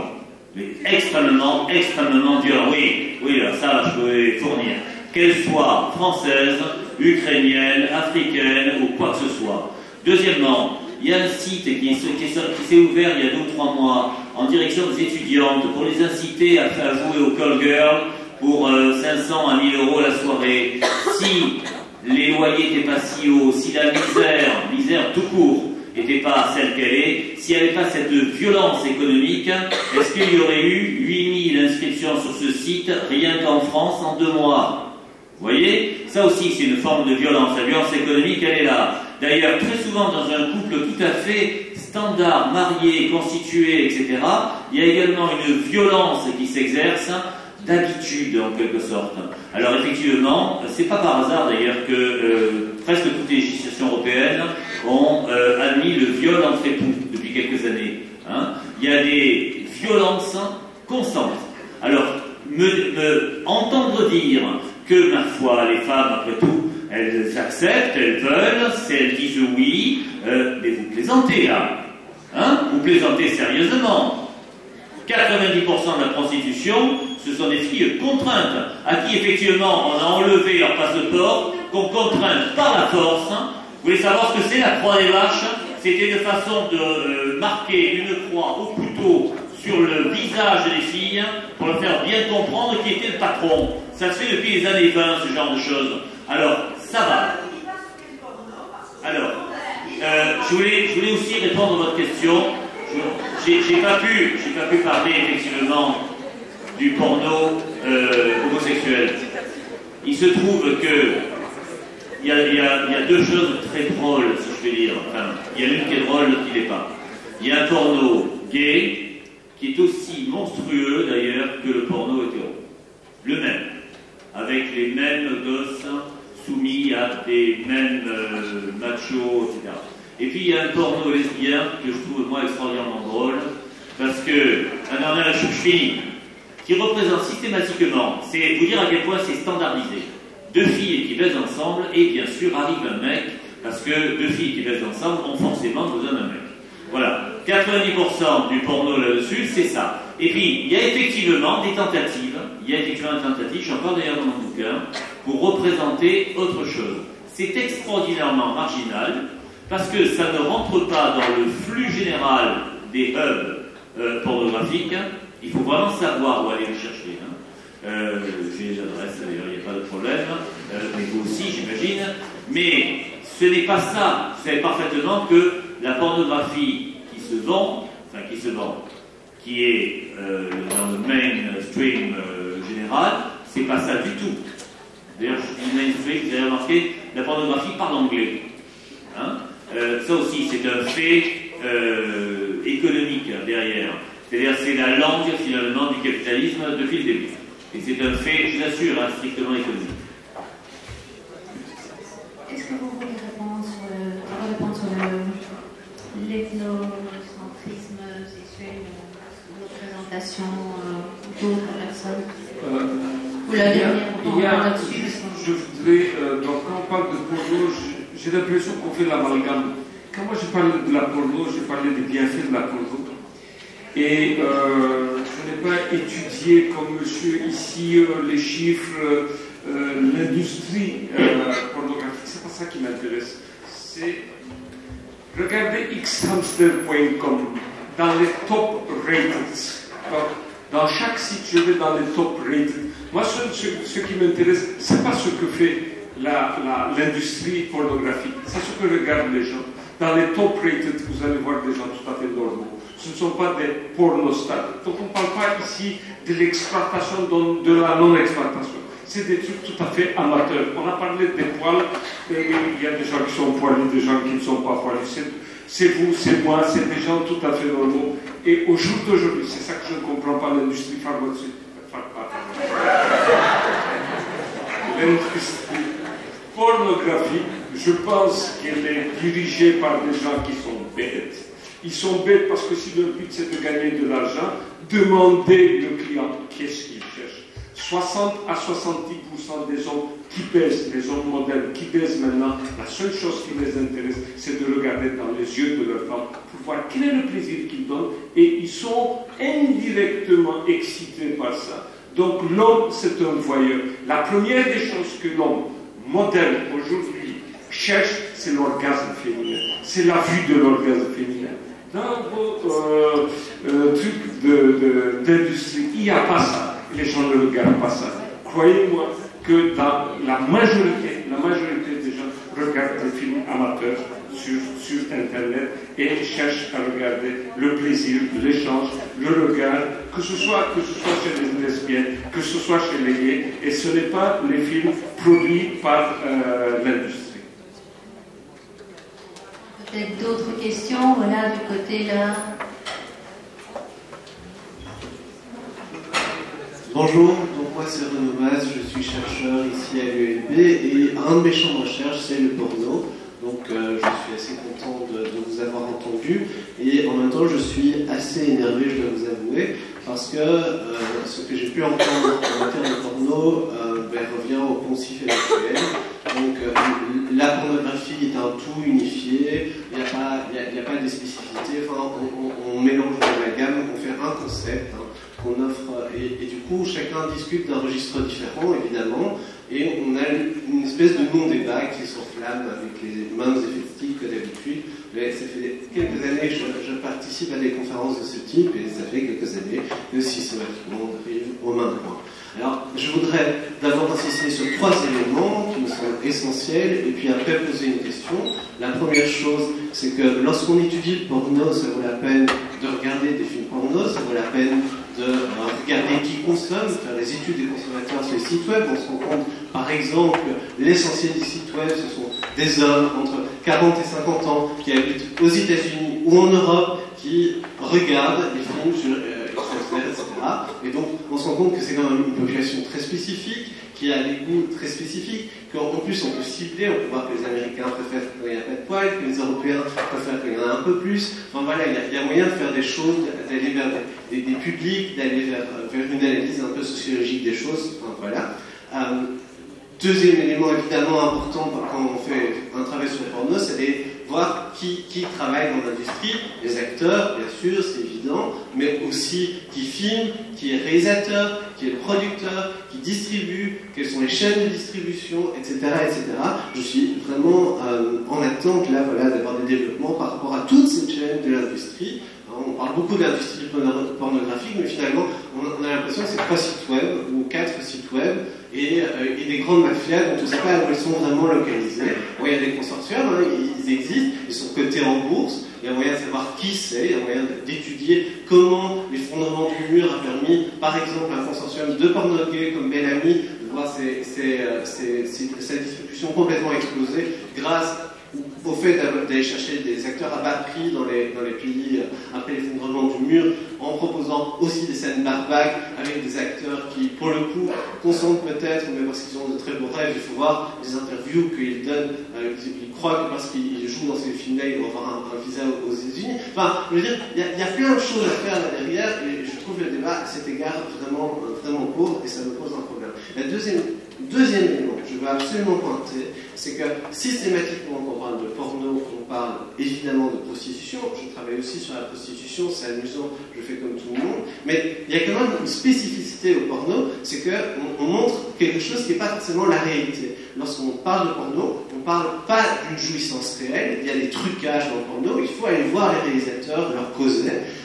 En gros, le sperme, quand on voit du sperme dans un porno, c'est rarement du vrai sperme, c'est du lait concentré. Enfin, il y a des trucs, et tout le monde le sait dans le secteur. Donc ça, c'est un truc important à rappeler. Et du coup, l'image de ce qu'on voit, c'est aussi quelque chose qui n'est pas la réalité. Et ça, c'est un impact évidemment intéressant. Parce qu'on a l'impression que c'est une réalité, qu'il y a moyen d'avoir une performance sexuelle, et puis, c'est pas forcément la réalité de ce qui s'est passé. Et la dernière chose, c'est que c'est bien de pointer l'effet de la marchandisation, de montrer qu'il y a des dérives, etc. N'empêche, il y a quand même des traces de photographie très anciennes qui montrent des scènes de fist-fucking absolument violentes et absolument dégueulasses. Il y a des scènes encore plus gore avec des couteaux et des trucs et des enfants, etc., qui étaient réalisés. Et donc, moi j'ai toujours un problème quand on dit que c'est la marchandisation qui cause la violence, parce que là je pense qu'on est un peu dans une reconstruction historique qui fait bien, parce que comme ça on peut faire voilà, on fait du Max Weber, on a les grosses étapes, et puis voilà. Maintenant j'en viens à ma question, qui est essentielle, c'est finalement, est-ce que dans vos travaux, vous allez voir les consommateurs de porno, et si vous allez voir les consommateurs de porno, qui sont-ils et pourquoi le font-ils?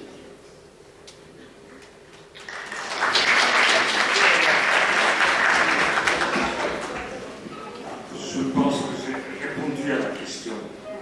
Première. Pardon. Excusez-moi, j'ai juste un peu une question. Moi, je suis beaucoup moins érudit que le chercheur de l'ULB qui vient de poser la question. Je suis juste un amateur occasionnel de films amateurs. Donc, je suis venu ce soir parce que c'est la première fois que je fais une conférence un peu comme celle-ci.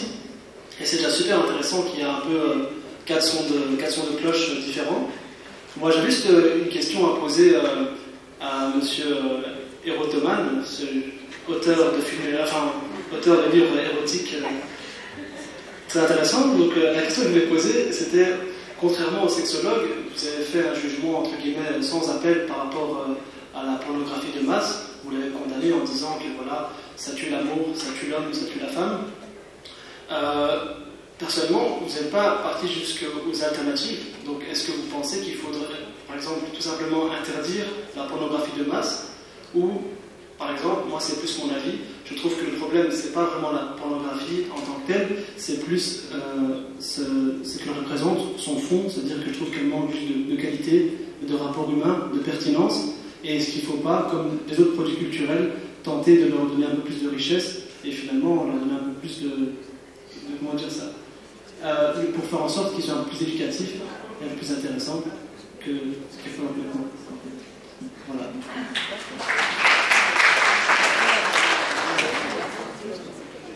Bonsoir, merci aux intervenants pour les différentes interventions. Alors, tout d'abord, une petite remarque. Monsieur Brigelli s'est attaqué avec une forte violence à Madame François. Or, Madame François n'a à aucun moment, il me semble, fait l'apologie de la violence des prostituées. Elle n'a pas non plus nié que cette violence existait, elle a juste dit qu'il y avait deux sortes d'actes, des actes avec consentement, des actes sans consentement. Et les femmes qui subissent des actes sans leur consentement et qui sont par ailleurs violents peuvent tout à fait se faire compenser pour ce qu'elles vivent et la situation des femmes ukrainiennes et d'autres choses. Mais la question que je voulais poser, c'est plutôt aussi surtout à M. Brigelli qui dénonce, et c'est très bien de dénoncer la violence et la violence dans les films porno, et ça fait toujours bien de dénoncer les choses violentes, mais j'ai l'impression que vous omettez un fait important. Et je ne vais pas rentrer dans la question de savoir si c'est par manque d'empirisme ou par aveuglement, mais il y a des gens dans les pratiques aujourd'hui et toujours qui apprécient, que ce soit des hommes ou des femmes, le fait d'être violentés pendant l'acte sexuel. Et je pense que les films qui sont visionnés répondent aussi à ce besoin de consommation, comme tout ce que les gens vont chercher sur Internet et ailleurs pour trouver ce qu'ils veulent voir. Maintenant, vous avez mentionné les films de lesbiennes. Je ne pense pas que les lesbiennes, les vraies lesbiennes, voient ces films-là qui sont faits pour les hétéros qui veulent voir des lesbiennes entre elles. Bon, alors, mis à part évidemment le capitalisme et la consommation et le marché, c'est vrai, mais est-ce que vous n'oubliez pas un petit peu de mentionner les acteurs, les vrais acteurs de la sexualité qui sont les citoyens lambda qui aiment aussi, voilà ce que je mentionnais plus haut, et qui sont et qui recherchent aussi cette consommation. Merci.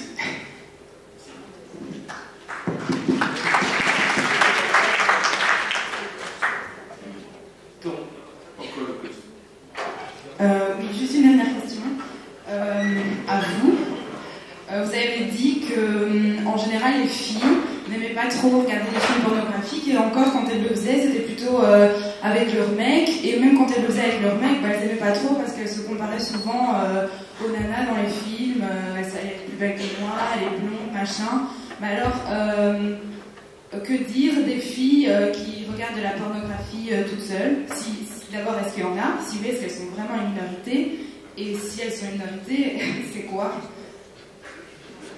Est-ce que c'est vraiment des personnes bizarres, malades, je sais pas.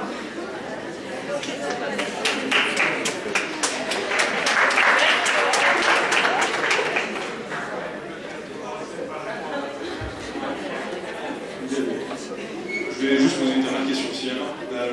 Parce qu'on n'a pas vraiment abordé ce sujet ce soir, mais je voulais savoir en fait.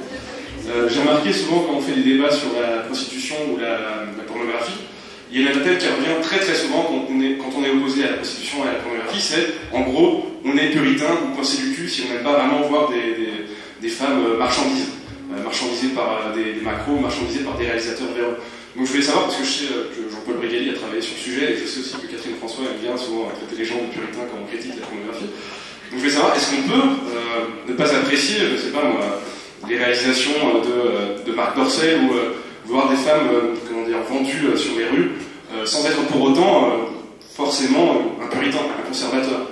Est-ce qu'on peut simplement apprécier le sexe mais sans forcément aller voir des films de cul sans arrêt sur internet, ou aller voir des prostituées, ou apprécier que les personnes aillent voir des prostituées?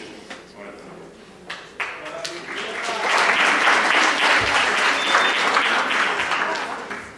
On va passer d'abord la parole à Yves et puis Brigali. Je vais commencer par la pornographie et les femmes. Est-ce que les femmes regardent de la pornographie? On estime que maintenant, en 2014, environ 35% des femmes regardent régulièrement. Et c'est des chiffres qui sont en train de monter. Mais il faut comparer des choses comparables. Vous, les femmes,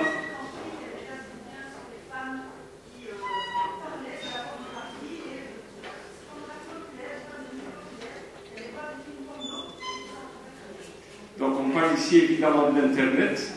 Donc en 78, il n'y avait pas Internet. Donc dans Internet, ça commence à monter, mais il ne faut pas oublier que vous, les femmes, vous êtes entrés environ 10 ans plus tard que nous, les hommes, sur Internet. Les hommes sont rentrés en 95, 96, 97. Ils ont commencé leur abonnement avec 14 kilobytes. Et vous avez commencé déjà quand c'était en 2004, 2005, 2006. Donc il y a une dizaine d'années d'écart. C'est pour ça que les hommes ont commencé très tôt les films porno à Internet par rapport aux femmes. Mais au jour d'aujourd'hui, c'est vraiment exponentiellement. Il y a beaucoup de femmes qui regardent et qui se masturbent. Donc il y a beaucoup de femmes qui ont besoin d'un support visuel pour se masturber. Alors pourquoi est-ce que les gens vont regarder des films porno? Je le répète, première raison, c'est pour enrichir leur vie fantasmatique. Le problème, c'est que chez les addicts porno, ils ont une très petite vie fantasmatique. Donc ça leur pose énormément de problèmes. Et malheureusement, quand vous dites que ça tue la sexualité des gens, je ne suis pas du tout d'accord évidemment avec ça, il n'y a que dans l'addiction, il n'y a que 5 à 7% des gens qui sont addicts, chez eux ça tue. Donc les 95%, chez eux, ça ne tue pas. Ne croyez pas que tous les gosses de 13-15 ans regardent la pornographie et qui tuent leur sexualité. C'est des trucs marginaux, minimes. Alors on agrandit ça, c'est une catastrophe. Absolument pas. Il faut aller sur le terrain et voir ce qui se passe sur le terrain. Donc nos jeunes ne passent pas tout leur temps, ne sont pas des addicts porno. Donc il faut voir la réalité. Mais évidemment, ça peut enrichir la vie sexuelle, et pour la majorité des gens, ça enrichit la vie sexuelle et ça ne tue pas la vie sexuelle. Ça, c'est mon avis, en tant que sexologue. Est-ce que tu as l'impression que ça change les pratiques sexuelles? Par exemple, effectivement, on a parlé tout à l'heure de la nymphoblastie, donc de l'opération des petites lèvres, des choses comme ça. On voit aussi qu'il y a de plus en plus des comportements qui maintenant deviennent habituels, comme l'éjaculation faciale, la bifle. Moi, j'ai 50 ans, la bifle, personne n'en parlait il y a 50 ans, ça n'existait pas, c'est des comportements nouveaux, donc c'est la gifle avec le sexe. Est-ce que tu as l'impression que les comportements sexuels des gens changent avec le porno? Est-ce que les gens changent? Oui, les gens, ils osent expérimenter des choses nouvelles. Alors, éjaculation faciale, donc je voulais vous parler de l'historique de la pornographie. J'ai 6 films de 1920 et le scénario est toujours le même. Donc, un type qui vient à la porte, qui regarde ce qui se passe, 2 femmes sont en train de faire l'amour. Il ouvre la porte, il rentre, Tarzan est là. Je suis l'homme, c'est moi qui vais ici, et il vient, tac, tac, il utilise les 6 orifices, et à la fin, dans tous les 6 films, éjaculation faciale. Aujourd'hui, on est au moins ça. Donc ça n'a pas évolué. Mais la bifle, c'est avec le sexe des Noirs qui, soi-disant, est hors dimensionné. Donc ce qu'il a dit est vrai, donc on a des études. Dans les races, il n'y a pas de différence de taille de sexe. C'est-à-dire la moyenne c'est entre 13 et 16 cm. C'est la façon dont il filme qui fait que ça paraît grand. Surtout chez les Noirs, ça paraît grand. Et c'est ça qui pour ceux qui voudraient vraiment savoir, il y a un bouquin écrit en africain qui s'appelle Le mythe du sexe surdimensionné des Noirs. C'est disponible, il n'y a pas de problème, vous aurez tous les chiffres possibles d'imaginaire. Alors, ça pose un problème, parce que les Noirs qui habitent ici, ils vont dans les douches de sport, tout ça. Quand il a une queue comme une blanche, comme un blanc, et tous les hommes, tous les blancs regardent. C'est ça ta queue. Tout le monde pointe. Et il fout un complexe. Donc un complexe de blanc, on le fout maintenant chez les Noirs en disant que c'est une queue tout à fait normale. Alors, je voudrais répondre à une ou deux questions qui se recoupent. D'un côté, sur la question, est-ce que la pornographie modifie les pratiques? Oui, elle les appauvrit. Elle les appauvrit systématiquement. Alors, juste avant que les films porno existent, donc on va dire avant 1896, le premier film porno commence en 1896, un an après la naissance du cinéma. Avant ça, il y avait un support qui aujourd'hui est totalement archaïque et qui est dépassé, qui est d'ailleurs inconnu de beaucoup de gens ici, qu'on appelle le livre. Non, vous prenez les œuvres de Sade, vous prenez les œuvres des grands libertins du XVIIIe siècle, là oui, il y a de l'imagination.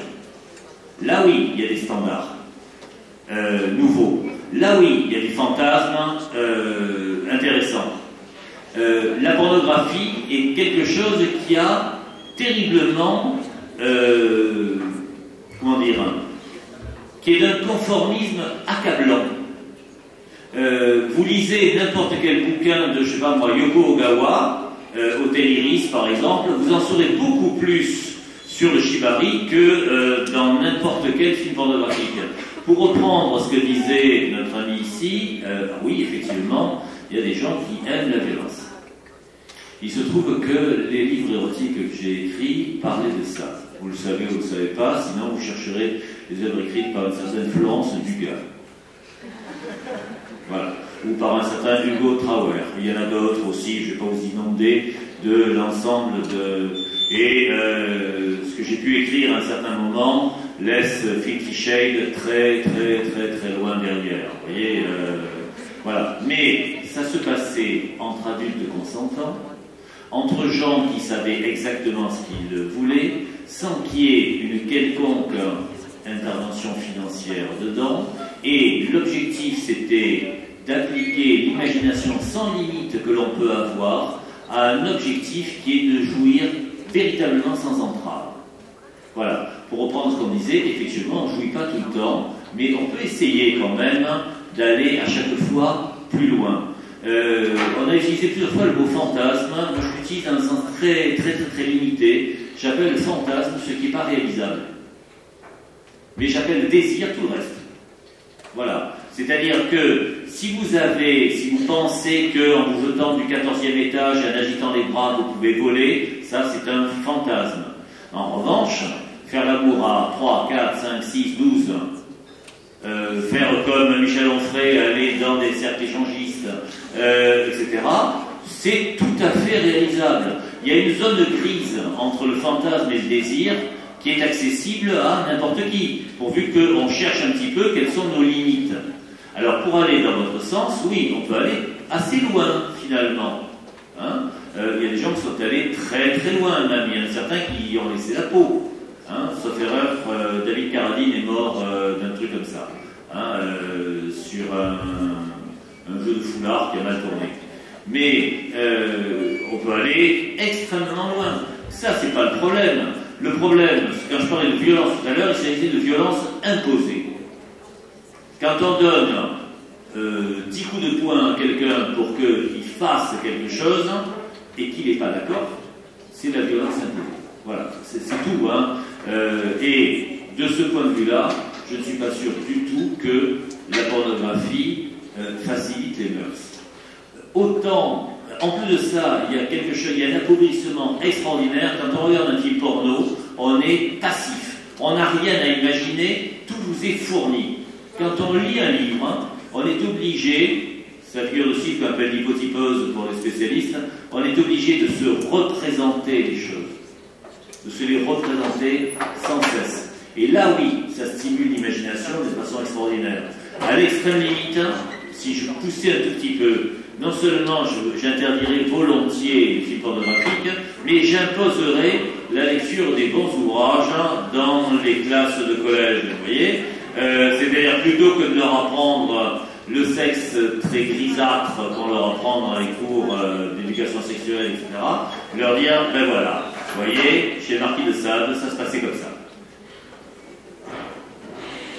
Alors pour répondre à ta question, puisque je n'ai pas traité quelqu'un de puritain, il me semble que le sort des personnes, des travailleuses sexuelles, est éloigné du puritanisme. Seulement ne pas accorder des droits aux prostituées, aux travailleuses sexuelles, aux actrices porno, me semble relever de comportements réactionnaires. Voilà. Donc je ne critique pas ici. Je ne suis pas en train de dire je suis client, je suis une prostituée. Je dis qu'il n'y a pas de raison que ces travailleuses n'aient pas les mêmes droits que n'importe quel secteur professionnel. Je ne suis pas en train de faire l'apologie de la prostitution, mais pour y avoir travaillé quand même une quinzaine d'années, et surtout m'intéresser aux clients. Donc j'ai pas, Renaud, étudié les consommateurs de films porno, mais on a réalisé quand même quelques études par rapport aux clients des personnes prostituées, des travailleurs sexuels, dans le cadre d'un rapport hétérosexuel principalement. Et pour avoir quand même travaillé 15 ans sur les trottoirs bruxellois, j'ai quand même été sensibilisée par la liberté des personnes prostituées. Et je sais que ça choque les angéliques des sexualités hors format, mais ce type de sexualité est une sexualité au format qui se pratique entre deux adultes de consentement. Personne n'a le droit de s'arroger, de considérer que ce consentement n'est pas réel. Alors évidemment, je pourrais vous faire pleurer tous ici, vous raconter des histoires pénibles de femmes qui n'auraient pas choisi de se prostituer, je pourrais retourner la scène en 2 secondes. Mais il faut à un moment donné entendre, et j'ai sans doute été contaminée par la liberté sexuelle des personnes prostituées, mais il faut entendre aussi qu'il y a des femmes qui ont choisi à un moment donné de leur parcours de se prostituer plutôt que de travailler dans les sociétés de nettoyage, où, je le disais, l'exploitation était importante, et malgré tout, ces secteurs professionnels bénéficient d'un statut social et fiscal.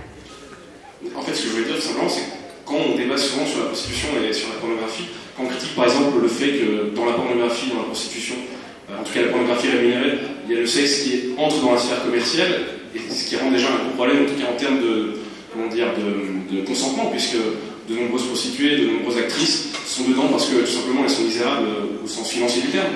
C'est-à-dire qu'elles sont obligées d'aimer. Et souvent, quand on dit ça, vous dites, ou d'autres personnes, vous dites, voilà, vous êtes un puritain parce que vous essayez de réguler le sexe. Et alors, l'État ne doit pas justement. On peut discuter des rapports de force, mais alors on discute des rapports de force dans tous les secteurs professionnels. Et la fille qui est à sa caisse à 21 € au Carrefour, est-ce qu'elle a vraiment choisi d'être exploitée, de travailler 2 heures sans être payée par jour par le tenancier du Carrefour, du grand magasin? Vous ne pensez pas qu'il y a une distinction quand même de nature entre le fait de vendre des marchandises et de se vendre soi-même? Est-ce que tu as déjà été client? Bien sûr. Ma cliente, tu veux dire prostituée? Non.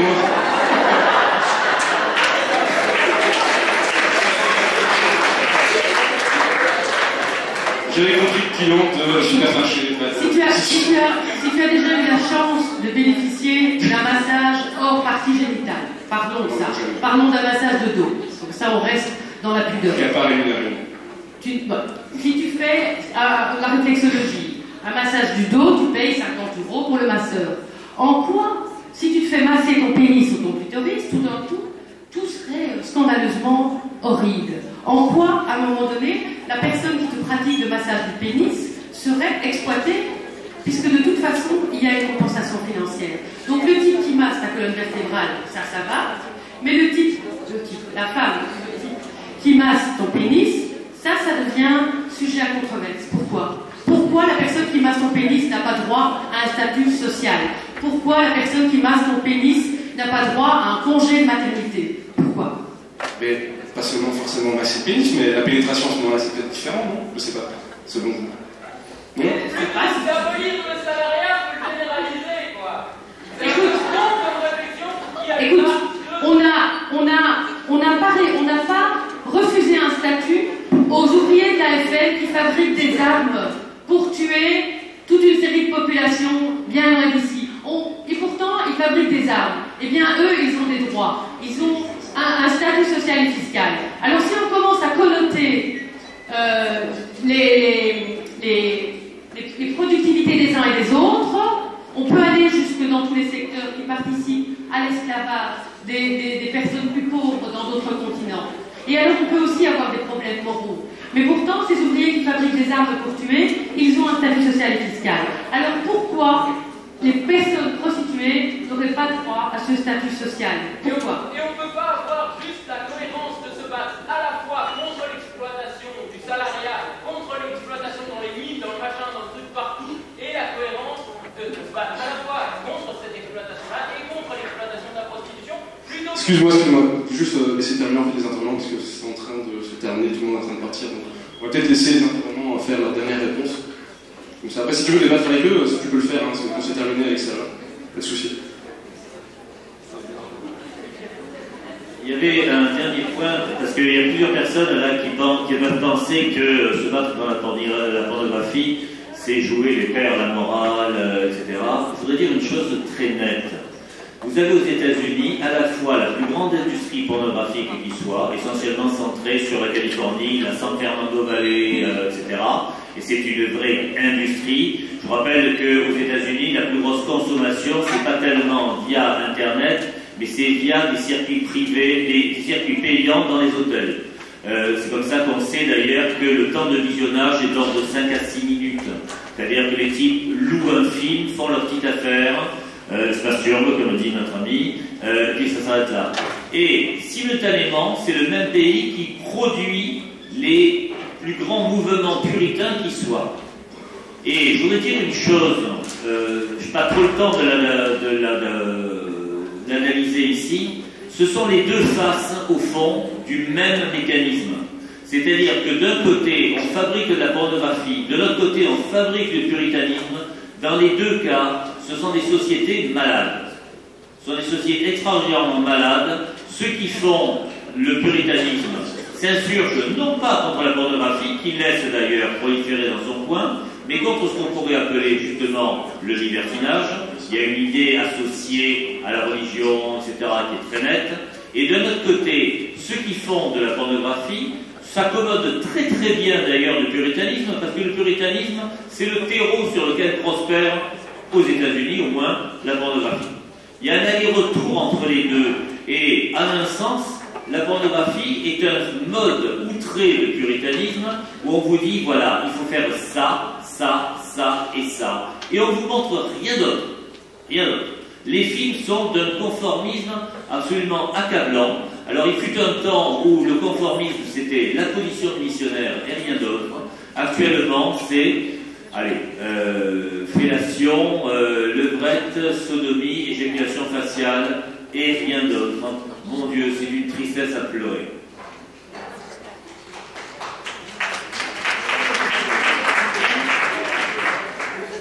Voilà. La parole à Yves pour sa dernière intervention et puis à Catherine qui clôturera la soirée. Vous de quelque chose que vous avez envie de dire. Voilà, je peux me rappeler, revenir encore sur une chose. Je parle de la pornographie. La pornographie, c'est pour enrichir sa vie fantasmatique. Le but, c'est ça. Le but, c'est se masturber. Donc, 99% des gens, même plus, qui sont en train de regarder un film porno, c'est pour se masturber. Donc, on ne va pas sans masturbation. Donc, mais le problème avec la différence, les premiers revues porno et les films porno, on passe beaucoup de temps. Comme il disait, 5-6 minutes. Maintenant, pour la dick porno, ce n'est pas 5-6 minutes, c'est 2 heures. Mais le plus gros temps, il doit le passer au visionnage et la masturbation, où il va bander, c'est juste 4 à 5 minutes. Et c'est ça qui va poser problème du point de vue sexologique. Ça va poser des troubles sexuels, de dysfonction érectile et de désir sexuel. Voilà, juste pour terminer, je vous invite, les garçons et les filles, les hommes et les femmes de cet auditoire, à venir avec moi passer quelques après-midi sur les trottoirs bruxellois, discuter avec les personnes constituées pour entendre leur consentement, leur réalité de vie. Et donc, pour ceux qui sont intéressés, catherinefrançois@skynet.be, vous m'envoyez un mail et on va passer l'après-midi dans un bordel. Voilà, bonne soirée.